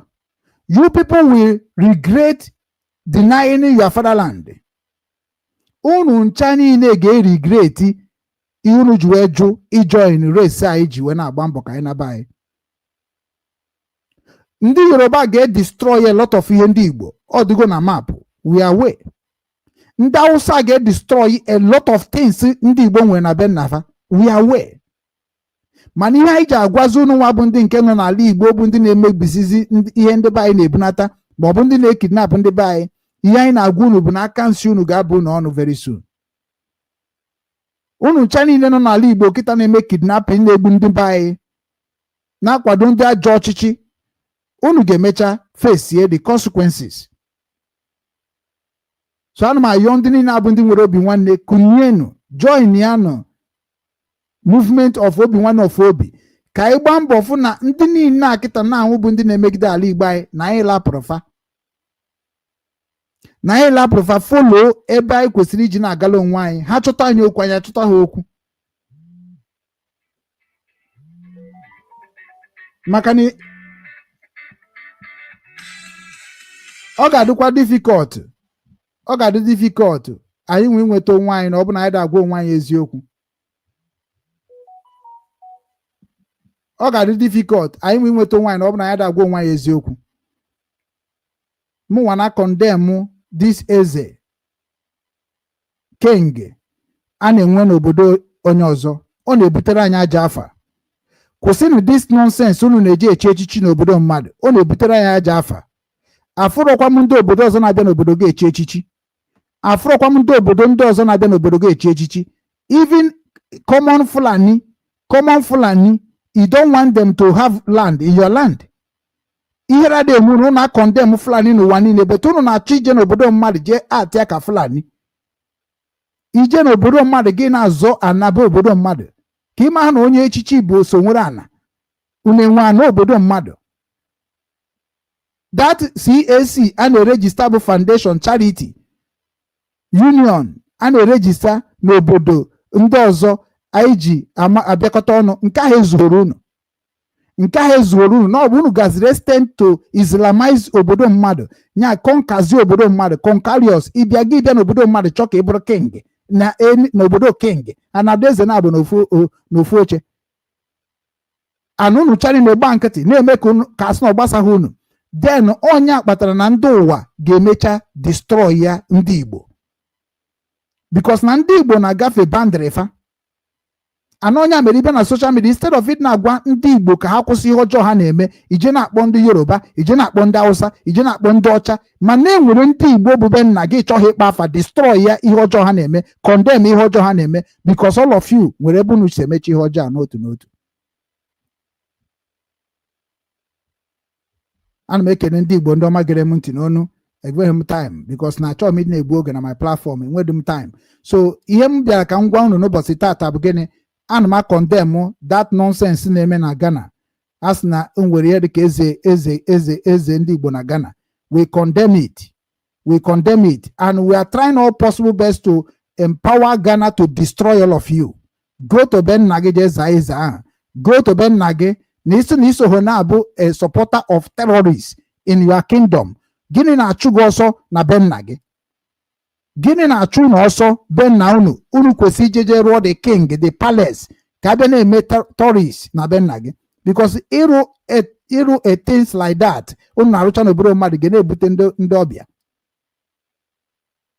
Mana duto n'unu mara na Ben na unu adịrọ secured. Anunu so na cause insecurity na the land. Nyakunu ga-abụ n'ujo na be mmadụ, unu adị comfortable wee birizie na be mmadụ na-erizi uru afụfụ ihe ndị ọzọ tara. A na-ekwuzi ka Ben na gị ga-esi dị mma, ị nọ n'obodo onye ọzọ na-azụ ụmụ gị without ịkụziri ha Igbo, without ịkụziri ha ntọala, without ịkụziri ihe a ga-eji wee mara ụmụnne ha, na-amakwa ụmụnne ha n'ebe ọ bụla ha fụrụ ya. Tomorrow ụmụ gị abụrụzie a terrorist among of Igbos, ị na-asịsị that na ife abụrụkwa gị mgbọrọ, mana ọ gị kụziri ihe ọma today. Ị na-anya na ndị na-akọsụ problem n'ala Igbo kịta bụ ndị gụrụ akwụkwọ. Ndị na-akọsụ problem today n'ala Igbo bụ ndị na-etoghị n'ala Igbo. Ndị na-akọsụ problem n'ala Igbo today bụ ndị na-amarọ ihe, ndị na-amarọ ka ndị be nnafa si eme omume. Ndị anọghọ na ụmụnna nna ha, ha anọghọ na ụmụnne nna ha, ha anọghọ na ụmụada obodo ha, ha anọghọ na ụmụ ikorobịa obodo ha, ha anọghọ na ụmụ agbọghọbịa obodo ha, even ha anọghọ na Christian religion obodo fa. Ha anọghọ na CYON, ha anọghọ na Christian Mother, ha anọghọ na CMO, ha anọkwuo na National Youth Council. There is no way unu ncha niile nọ, mana unu ga-abịa na social media na-akụziri onye ihe. Kedu onye na-abịa ịkụziri ife? Ị chọrọ ka ala Igbo dị mma, mana enweghị any step ị na-emeki iji gba mbọ ka ala Igbo a dị mma. Iso ha na ndị na-emebi ya. Ị chọghị join ndị nke wepụtara the structure ga-enyere onye ọbụla aka, mana ị ga-anọ na social media na condemn ndị na-ewepụtakwa amamife a ga-eji gaba n'iru. Igbo niile ana m ekene unu wee na-asị dịka na-arapụ unu, achọrọ m ime ka unu mara na today nwanne anyị nwaanyị bụ okay, before ma na-eme announcement a, unu mara tata bụ Good Friday. Onwe ndị si na Good Friday, mana anyị nwana ifuru na mmadụ echefu nke orie mmiri. Tata bụ ụbọchị orie mmiri, nke a ka mma ọfụma. The Good Friday, I don't know about the Good Friday, but anyị ga na-respect kwa ndị ọcha maka anyị nọ n'obodo ndị ọcha. So m na-akọtọ ndị ọcha, mba ịma afọdụ ebe m kọtọrọ ndị ọcha na my platform or platform Obinwanne m ji arụ ọrụ, because na platform is not only my platform, it is Igbo platform, and they are the one that supporting it, and mụnwa ama kwufekwana our red line. So na Good Friday enwere ndị ghọtara ya, ndị gụrụ akwụkwọ, ndị gụfere oke emechazi na bịa kụziere ndị ụmụnna ihe bụ Good Friday.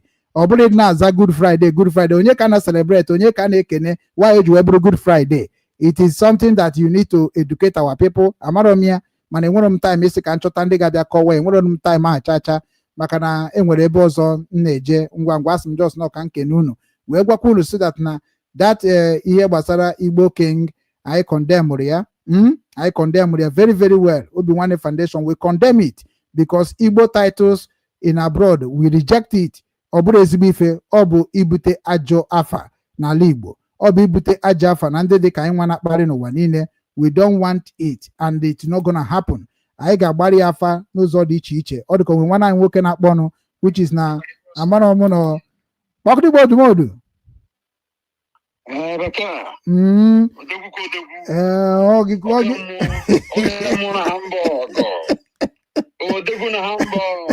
Anyị apụtakwa n'ọzọ na ọkwa m buru amụma ka ọ bụ nkwụsị ịpụta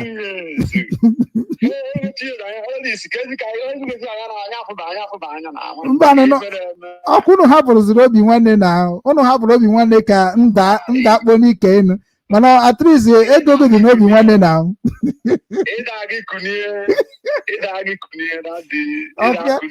ọkụ ya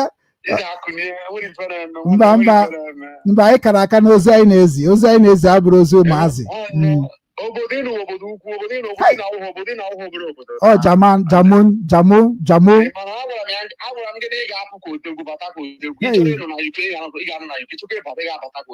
ọnya ka m ji wee kpọọ gị onye nsọ na Germany maka na okwu niile ikwuru bụ okwu ndị nsọ adịrị Igbo azụ onye nsọ onye ọzọ na-azọ onye nsọ wee ka ọ bụ the holy man ha anaghị asụ oyibo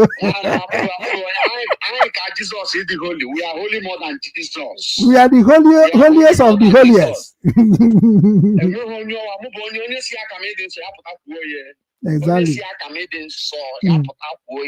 Holy more than God. That God, holy more than him.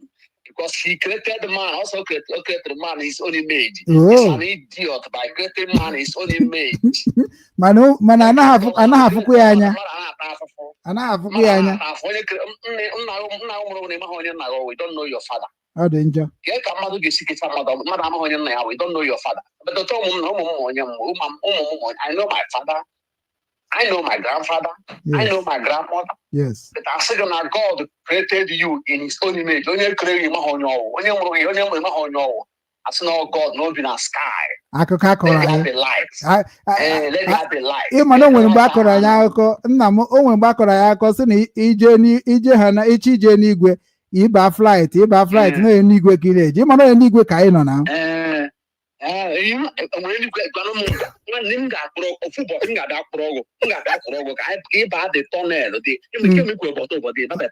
mba na-achọ m mgbe m ga-eje nke ahụ ka ọ bụrụ tourist na ka anyị were kamera ọ ya ka na-ese eti na ị ga-agba tọnel ahụ n'ime mmiri ka ị nọ n'ime ihe ship a na-apụ from Hamburg the whole journey niile ship niile na-apụ na bi onye ọbụla bi Hamburg ama afụchie ndị anyị na-emara ma ịma na ihe m ejibeghị chọ ka wepụta ya because ana m achọ ka nwetagoro power from gọọmenti o nwere akwụkwọ m ga-abụ nwetacha then anyị ebido ọrụ mmiri ahụ ka a na-ekwu na Moses ọ kụrụ mkpara na mmiri ekewa abụọ na-anụkwa nonsense na Moses ọ kụrụ mkpara na mmiri ekewa abụọ. Imagine, okay, lekwe Soludo afọ Maazị Dibia na-ekwu Soludo so na ndị dibia ndị omenala mana Soludo gara were ọmụ even ekwesịrị iju minister of anyị ga-ekwu maka nke Soludo ahụ onye ọbụla ji ọmụ sujiti onye ọbụla ji ọmụ sujiti exactly ke nkwụ egbuturu ya wee nara ọmụ ahụ yes ịdị against why ga-ejikwu nkwụ ha na-eto eto ka ị ga-egbu ọmụ ahụ ekwesịrị iji onye ọbụla ekwesịrị ijiji ihe mana this was late na ha gara school the free na ha gara school na amụ ha ihe exactly Soludo sị na ha ga-akwụsị na-eme omenala akwụsị na-eme nke ọzọ ihe gawa today na-aga awọchipụ the agbara ndị ọcha ị ga-ewerekwa agbara ndị ọcha na-eche ndị agbara ndị ọcha gabakwa werekwa ọmụ n'ala be nna gị ọmụrụ n'ala be nna gị kwa ọmụ ha nọ n'ala be nna gị ka ị gara fopụ nkwụ ga-amịta nkwụ mịta ike nkwụ asụ nkwụ si na wee too na osi onye enu daa ala ahụ ka igwetara ụkwụ gị dị against ala ahụ igwetara ụkwụ ya nọ n'ala ahụ na-efe mmụọ ndị ọzọ ọkwaghị ọmụwụ gịnị dị power of ọmụ ọnọdụ ka mmadụ ịhapụ nwa ọ mụrụ amụ je na-azụ nwa onye ọzọ yes na ọmụ ekwesịrị onye ụra ahụ Anambra ji ọmụ ibi n'ala Igbo onye ụra ahụrụ ji ọmụ ejiji ya nke nkwe gara mere apị na even anụmanụ kwa sef na Peter Mba ịma na anyị ga-ekwu maka ihe a gbasara ihe a onye nsọ anyị ga-ekwu maka ihe gbasara Soludo na ọmụ m ewepụta the platform m ewepụta the program iche so ka anyị kwuo maka ya maka enwere m a lot of things m ga-ekwu ma last time m gosiri ya ọ ka ọ dị rekọd ka m wee na-aga n'ihu so o nwere ife m chọrọ ka m jụọ gị kịta na yes o nwere onye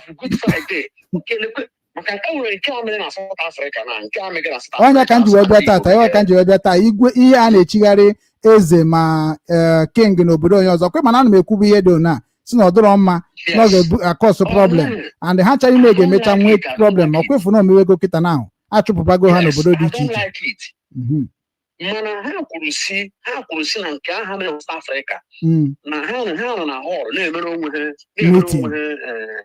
meeting ka a mara ikwu nke ndị yọtara anyị bigo m research anyị wee sị na ha nọ na hall na-emere onwe ha meeting na culture normal like yes but nna m o kwesịghị isi na ya bụ eze ndị Igbo na South Africa. It is wrong. It is automatic. It is an insult to all the elders of Ndi-Igbo worldwide. Because you kwesịrị na-aza bụ president of Ndi-Igbo in South Africa, onye isi Ndi-Igbo in South Africa. Ifuge amazina onye nwa bụ onye jikọrọ Ndi-Igbo niile ọnụ na South Africa, which is not ebe a ka otu aka ọ dị na another countries ọbụla niile n'anya onye ebije dịka ndị China, ha nwere ndị na-anọchitere ha anya ebe a, even ndị gọọmenti na-akpọ ha ambassador. Ifuge, so automatically our ambassador kwesịrị ịbụ the president of Ndi-Igbo in any country we are.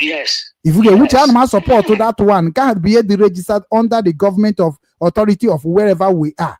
So now anybody ọbụla pụtara n'obodo mmadụ wee sị na ya bụ eze ma na ya bụ king or any title beyond the administration positions, anyị ga-agba mbọ fụ na anyị sọpọtụrụ ndị obodo a ka akụgbuo even iyipụ ya akwa bụ normal thing. Ọ ga-akụgbu ya akụgbu tụnye n'ochi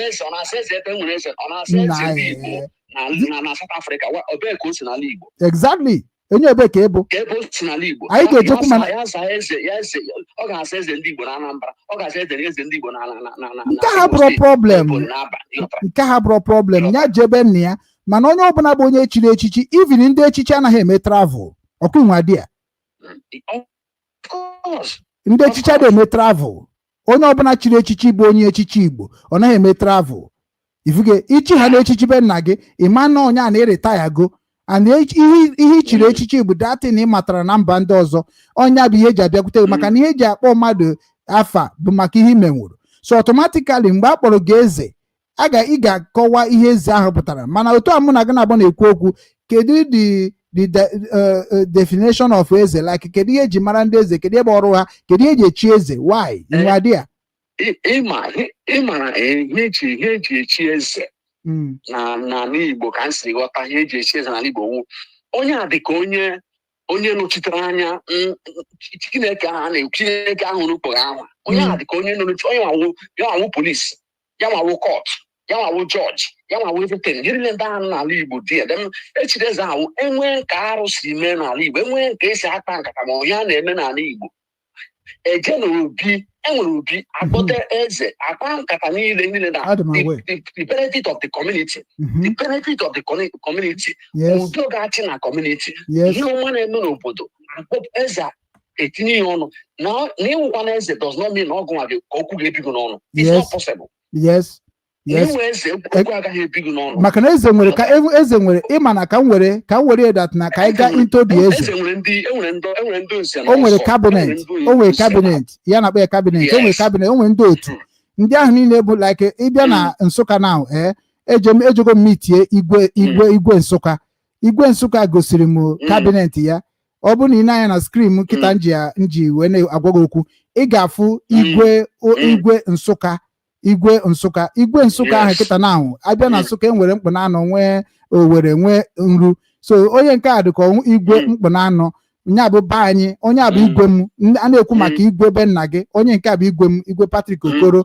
Nya bụ iruo onye a bụ ndị ahụ mere invite mgbe m na launch our office Obinwannem na Nsụka. Ifuge ọha maka m mere invite. So anọ onye nwa bụ onye nwere kabinet ya na-arụ ọrụ. So anyị nwanụ nwaanyị na-akwado ije jụọ ya ajụjụ ihe gbasara igwe. Kedu ihe bụ igwe, kedu ihe ha na-emere igwe, kekwanụ maka nke anyị nweburu bụ ndị echichi anyị nweburu na be anyị. Na ịbịa na be anyị dịka nsi ekwu, anyị nwere ihe na-akpọ onye ishi, anyị nwere ihe na-akpọ edog, anyị nwere ihe na-akpọ isi iwu, anyị nwere ihe na-akpọ ogbuebu, na anyị nwere ihe na-akpọ ụmụada, ụmụọkpụ. Ifuge na ọgbakọ ụmụ ikorobịa na agbọghọbịa. So anyị ga-amazi na ndị a kịta na anwụ ọ dị iche na ndị nke ahụ esetibigoro bifo ha nwa. Ọ bụ na ọ dị iche de na ya amarụzi ihe o ji wee dị iche. ivuge so o so na nta akụkọ o so na research Obinwanne chọrọ ibido na-eje n'ala Igbo onye ọbụla bụ onye chiri echichi n'ala Igbo no matter what echichi chiri it is our duty as a ndị Igbo media to ask you echichi ichiri kedu ife anyị ga na-eme expect n'aka gị what are we going to expect at least na echichi ichiri maka na anapụ mmadụ echichi a na-ekpupu mmadụ okpu echichi so anyị jụọ gị ihe bụ ọrụ gị n'echichi ichiri anyị jụọ gị ihe na-echi ji echichi a wee mele anyị then anyị ga na-amonitọ gị ọ bụ na echichi a na ijiri eme ịma na anyị ga-atụ gị okwute n'isi maka na onye bịara obodo ịbịa dozie obodo ma o doziri ọfụma ọzụ ndị obodo ka ihe ebusozi ihe conduct nzi ifuge so automatically na ịbịa na ala Igbo now ndị chiri echichi karịrị even ma Obi Kuba na-abịago chi echichi ifuge o buzo chi ọkpata ozuru ọra mana onye gori na ọkpatara dị ezuru ọla nke a bụgodo fe ọ bụ ndị Germany ọsị gị ọ bụrụ Germany ọsị gị fash nke a bụgodo fash Obi Kuba na-abụrụ ọkpata obi ozuru ọra we have to write against ọkpata ozuru ọra n'ụwa niile that name did not signify anything in Igbo race and in Igbo culture. It is a first news. We need to also condemn the person. Yes, we need to write a history documentary, condemn any hand that give Igbo title to Obi Kubana as a Okpato Zorora or Okpato Zorola. We need to condemn it and we need to give a warning to other people to never try that such a things because again as Zafa ihe aga iga hemenwuni ya because o kafa na-egbu nwa nkịta agụrụ na-agụ ndị mmadụ all those titles I don't believe in all this title and all those rubbish ọ bụrụzi title a ọ bụ nna m ọ bụrụzi title a bụ ife ha ji egwu wayo n'obodo oyibo onye nwara na this thing ha na-eme now even mụta Hamburg with all this culture niile ha nwere na Hamburg niile ndị ana ndị a na-etinye na the German government ego I know them a na-akpọ ya fines okay jụọ okwute na-ege ntị na ọ na-ege ntị a na-akpọ ya fines n'obodo a people na-eji ya na even ma mgbe ha mepere mgbe ha emegere football association ihe a na-eji ya anara ego you go and collect some money and we can get another obodo but they no go tell you. That's why I don't want to associate with all those rubbish. Exactly. Maybe Ndi-Igbo so okay na so against Ndi-Igbo so nke so nke apụta ndị gọọmenti gara so say your culture na-eme what is your culture you present your culture and you request okay ha nyekwe some money yota enwere mgbe a gara lụọ ọgụ na chọọchị na one church na Bambe ego na-adọrọ ha dị even my Catholic all Catholic church ka ị na-ekwu maka na okwute na-agwa m how they are fighting okay Catholic church Catholic church ha nwere ezigbo ọgụ dị ha I was there that day because agwara m asị na ka a mara ma a ga-emepụta ebe ụmụaka na-asụ Igbo ụmụazị anyị nọ n'obodo a at least in a day ha ga na-abịagodo 1 hour or 2 hours ụmụ alụrụ ndị ojii n'obodo a enweta hall a ga-awụ every day ma in a week enwe ihe dịka 1 hour ebe a ga na-etichiri ụmụazị asụsụ Igbo asụsụ omenala anyị esi eme nka anaghị akọgheri I bring that thought to their table before I join you people ka anụ ihe a ga-emepe this thing ka anụ ihe a ga-eme unu nwa ndị Igbo anyị nwa na ndị ọcha apị oke ofu unu afụ nwunye unu abịara ekuziri nwa ha bịa gụghere ka 1 hour or 30 minutes asọrọ ya kedu adị mma o mechakwa ya ọlawa ndị obodo amara na ebe anyị na-abịa amụ our language it's not a problem German government may accept also na part what it takes ha ga-enyekwe what it takes ha ga-enyekwe support ịchọkwa ego ha nwa ga-enyekwe ego to support you to promote your culture and tradition in their land.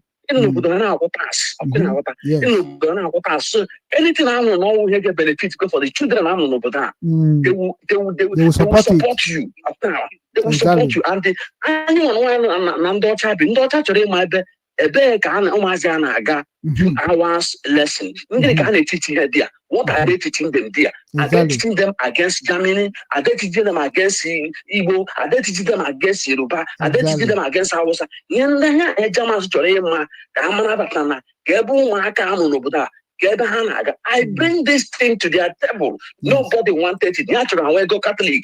Catholic. I don't belong to this Catholic. I don't belong to them. Let us rent a hall. I rent a hall.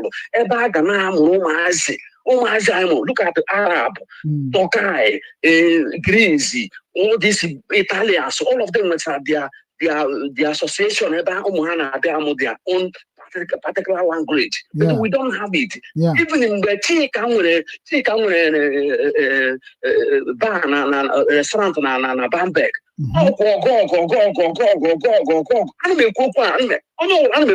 On air. How go that place knock? Those are saying knock every time I'm a bottle, every time I'm a bottle. I'm not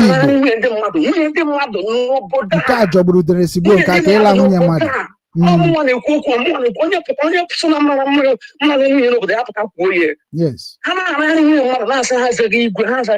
All of them, I know them. We in a hospital.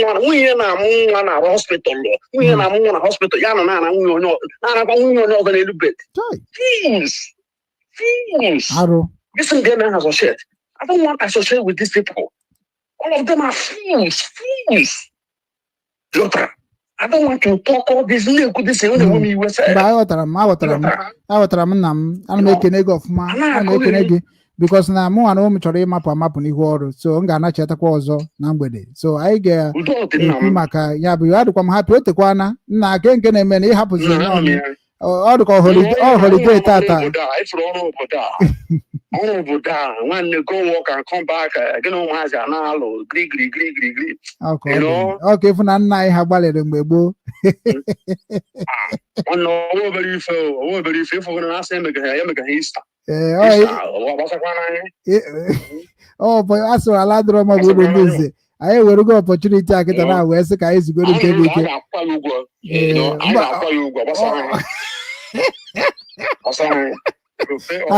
ha chọgoro ha nọ 10 years ya ma sị tiwere ego na akaụntụ anyị ọkwe ma mgbe m gwara gị abata Israel na mụ agbaga afọ n'isi ya na ma Israel anyị ga-ata ezigbo afọ ọ bụrụ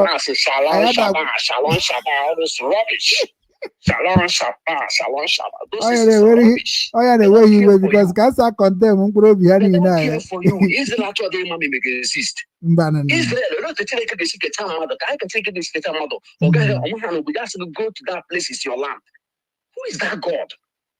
and kedu mgbe asịrị gị ya aha ke ndị na mgbe asịrị who said it? I will give you a land. This is your promised land. This is your inheritance land. That place is not their land. Let nature fight for himself. Yes. Let nature fight because for himself. This is your promised land. Okay, I'm going to Anambra protection and Enugu State is the now God will say Enugu is the inherited land. Exactly now. Anambra pụtara na alụsị n'ọgụ na Enugu wuzi obodo ha na Chineke ekwughị nsọtụ na Soludo kwuru sị nna ya gwara ya sị na Enugu bụ part of Anambra State. Ịma na mmadụ ga-agwụ a ga-anụrụ ya ọgụ because onwego ndị nọ n'Enugu steeti mere Enugu steeti bụrụ be na onye tụrụ ime Mary karịrị Joseph. Onye tụrụ ime ihe karịrị Joseph na mmụọ na mmadụ. Somebody could say, okay, Jesus will on a miracle, but we may have a carpenter. You can't even make your father a rich man. But you see, we see the miracle, signs and wonders. I'm a carpenter. Who does that? The first thing the first thing you put your men now.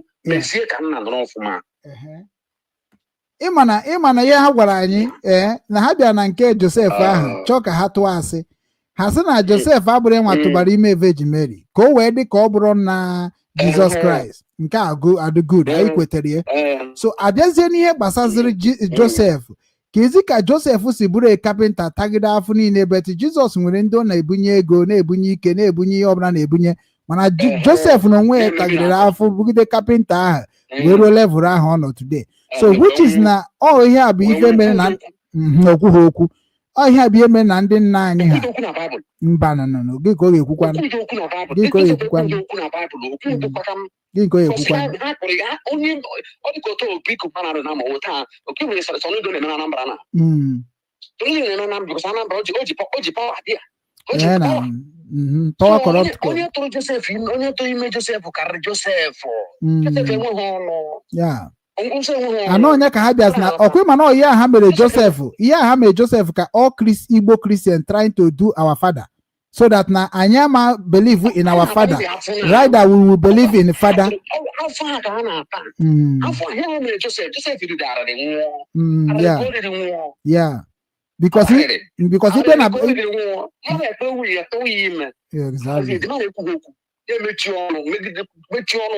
ya o Jizọs bụ ike anọ onye mere ndị be anyị jizi ụka wee na-egwu wayo ha nwa bụ ya na-atụbasị nwunye mmadụ ime na-emebisi ụmụ okorobịa maka onye ọbụla na-amị nsọ a na anaghị emejọ nwaanyị onye ọbụla nọ na nsọ ana ọ emejọ nwaanyị ndị ụka ewerego fada gwara m na Belgium ka fada gwara m sị m Reverend Fada ama m onye mgbanwe ya na ọ sị m na ha na-ekpekwe mgbe m na-ekpe mgbe a mụrụ born again na-ekpe ya sị m ihe a mpegekpeghị ya na ọkwa nwaanyị ga-enye m akwụkwọ na-ajụ onye m si bịa fada ka ọmụkwara ihe ọ na-akọsị aka bata na abata na onye kasị onye somebody isi Afrịka bịa wee born again ka na-epreach na ọka na anụmọkụ na ahụ nsị fada ọmụkwara ihe ọ na-akọ amazi m anọ m 7 years almost 78 years anaghị nwaanyị na Gabon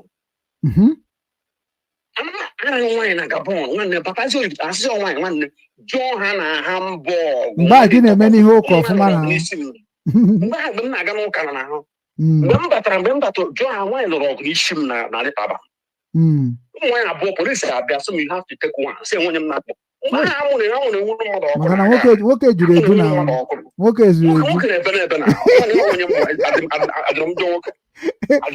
ala akpụ nwoke na beba mgbe izuru ka eme na akaja iso na ndị Afrịka ga-eji dị ebube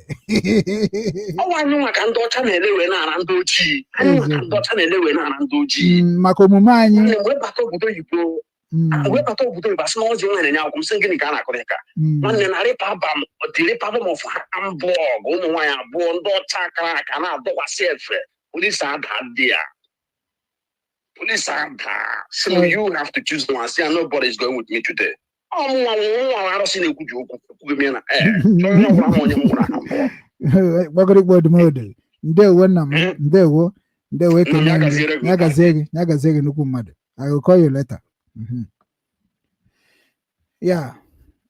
Time m agwụgokwa I just know were obere time a wee kpa nkata with nwanne m nwoke o tekwana tata bụ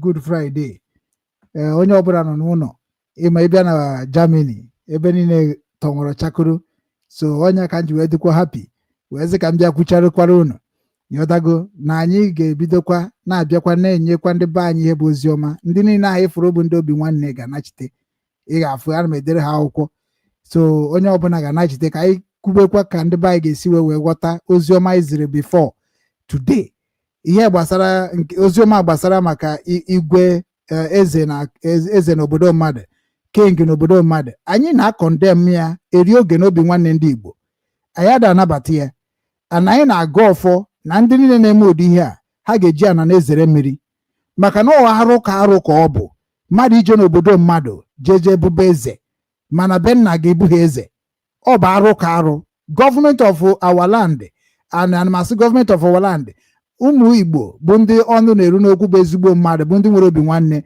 soro anyị debe edemede condemn that evil. We don't accept it. It is against our principle. It's against of everything make Igbo people to become what they are.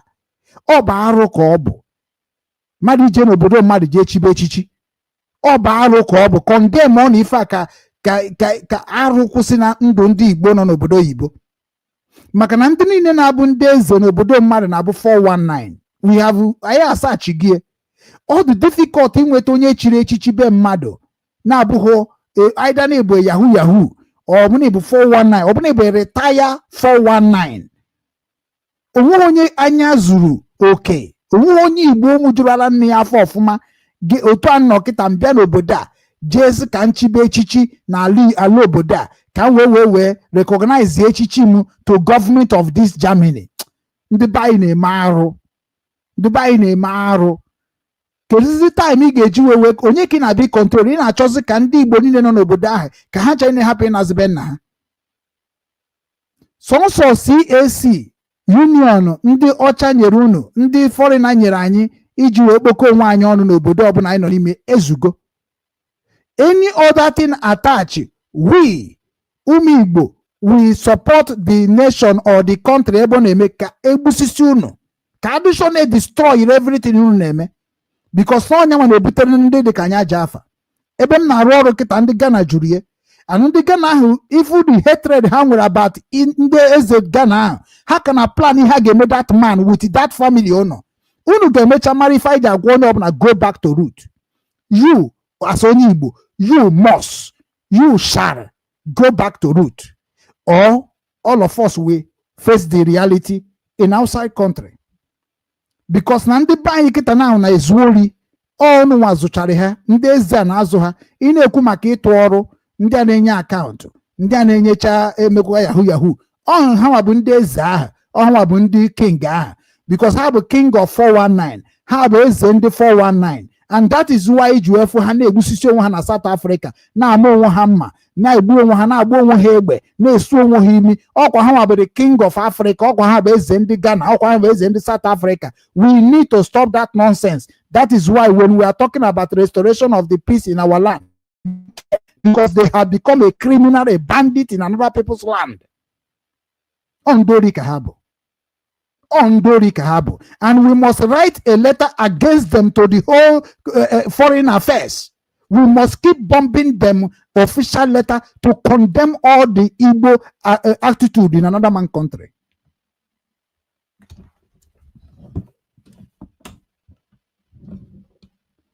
We must condemn it. We must make sure that we condemn nonsense of Ndi-Igbo abroad.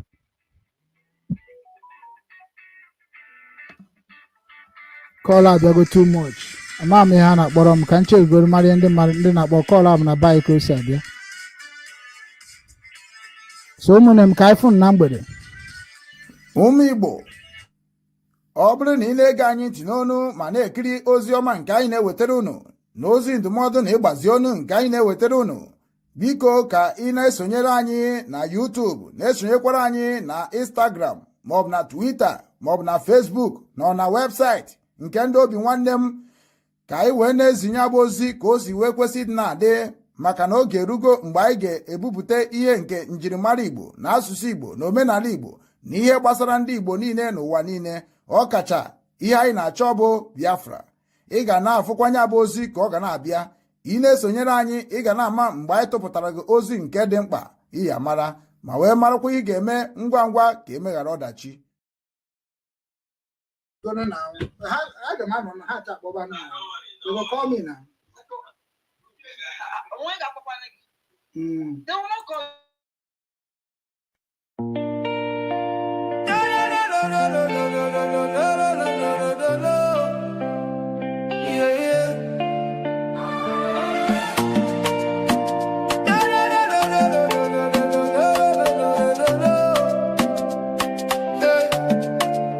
From the streets of Hamburg, across the deep blue sea, a message for the children, for you and for me. Obinwannem is calling, can you hear the sound? The roots of our fathers are being found. We know they forget where we come from, the strength of a lion, the beat of the drum.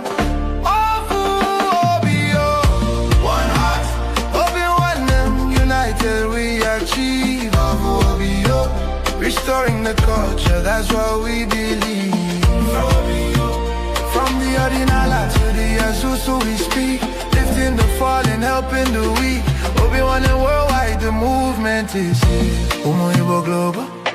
Raise your head high, raise your head high. Our men will never, ever die, ever die. It's more than a page, it's a spiritual home. No matter how far in this world you roam, we're bringing back the wisdom, the tradition, the grace, putting the smile back on the Igbo face.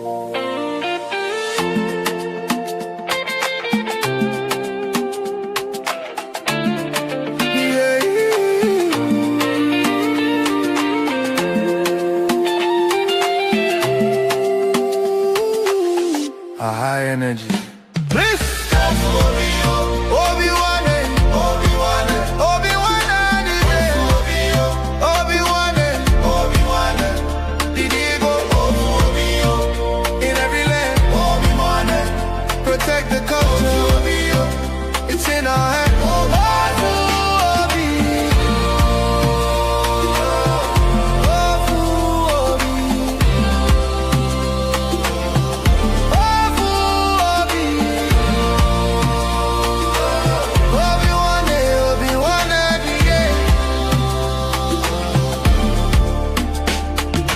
Follow the light, follow the way.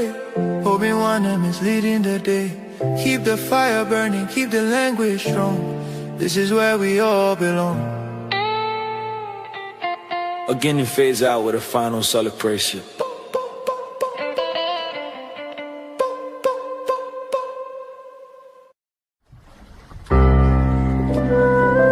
Obinwannem Global Radio, promoting the culture and traditions of Igbo nation.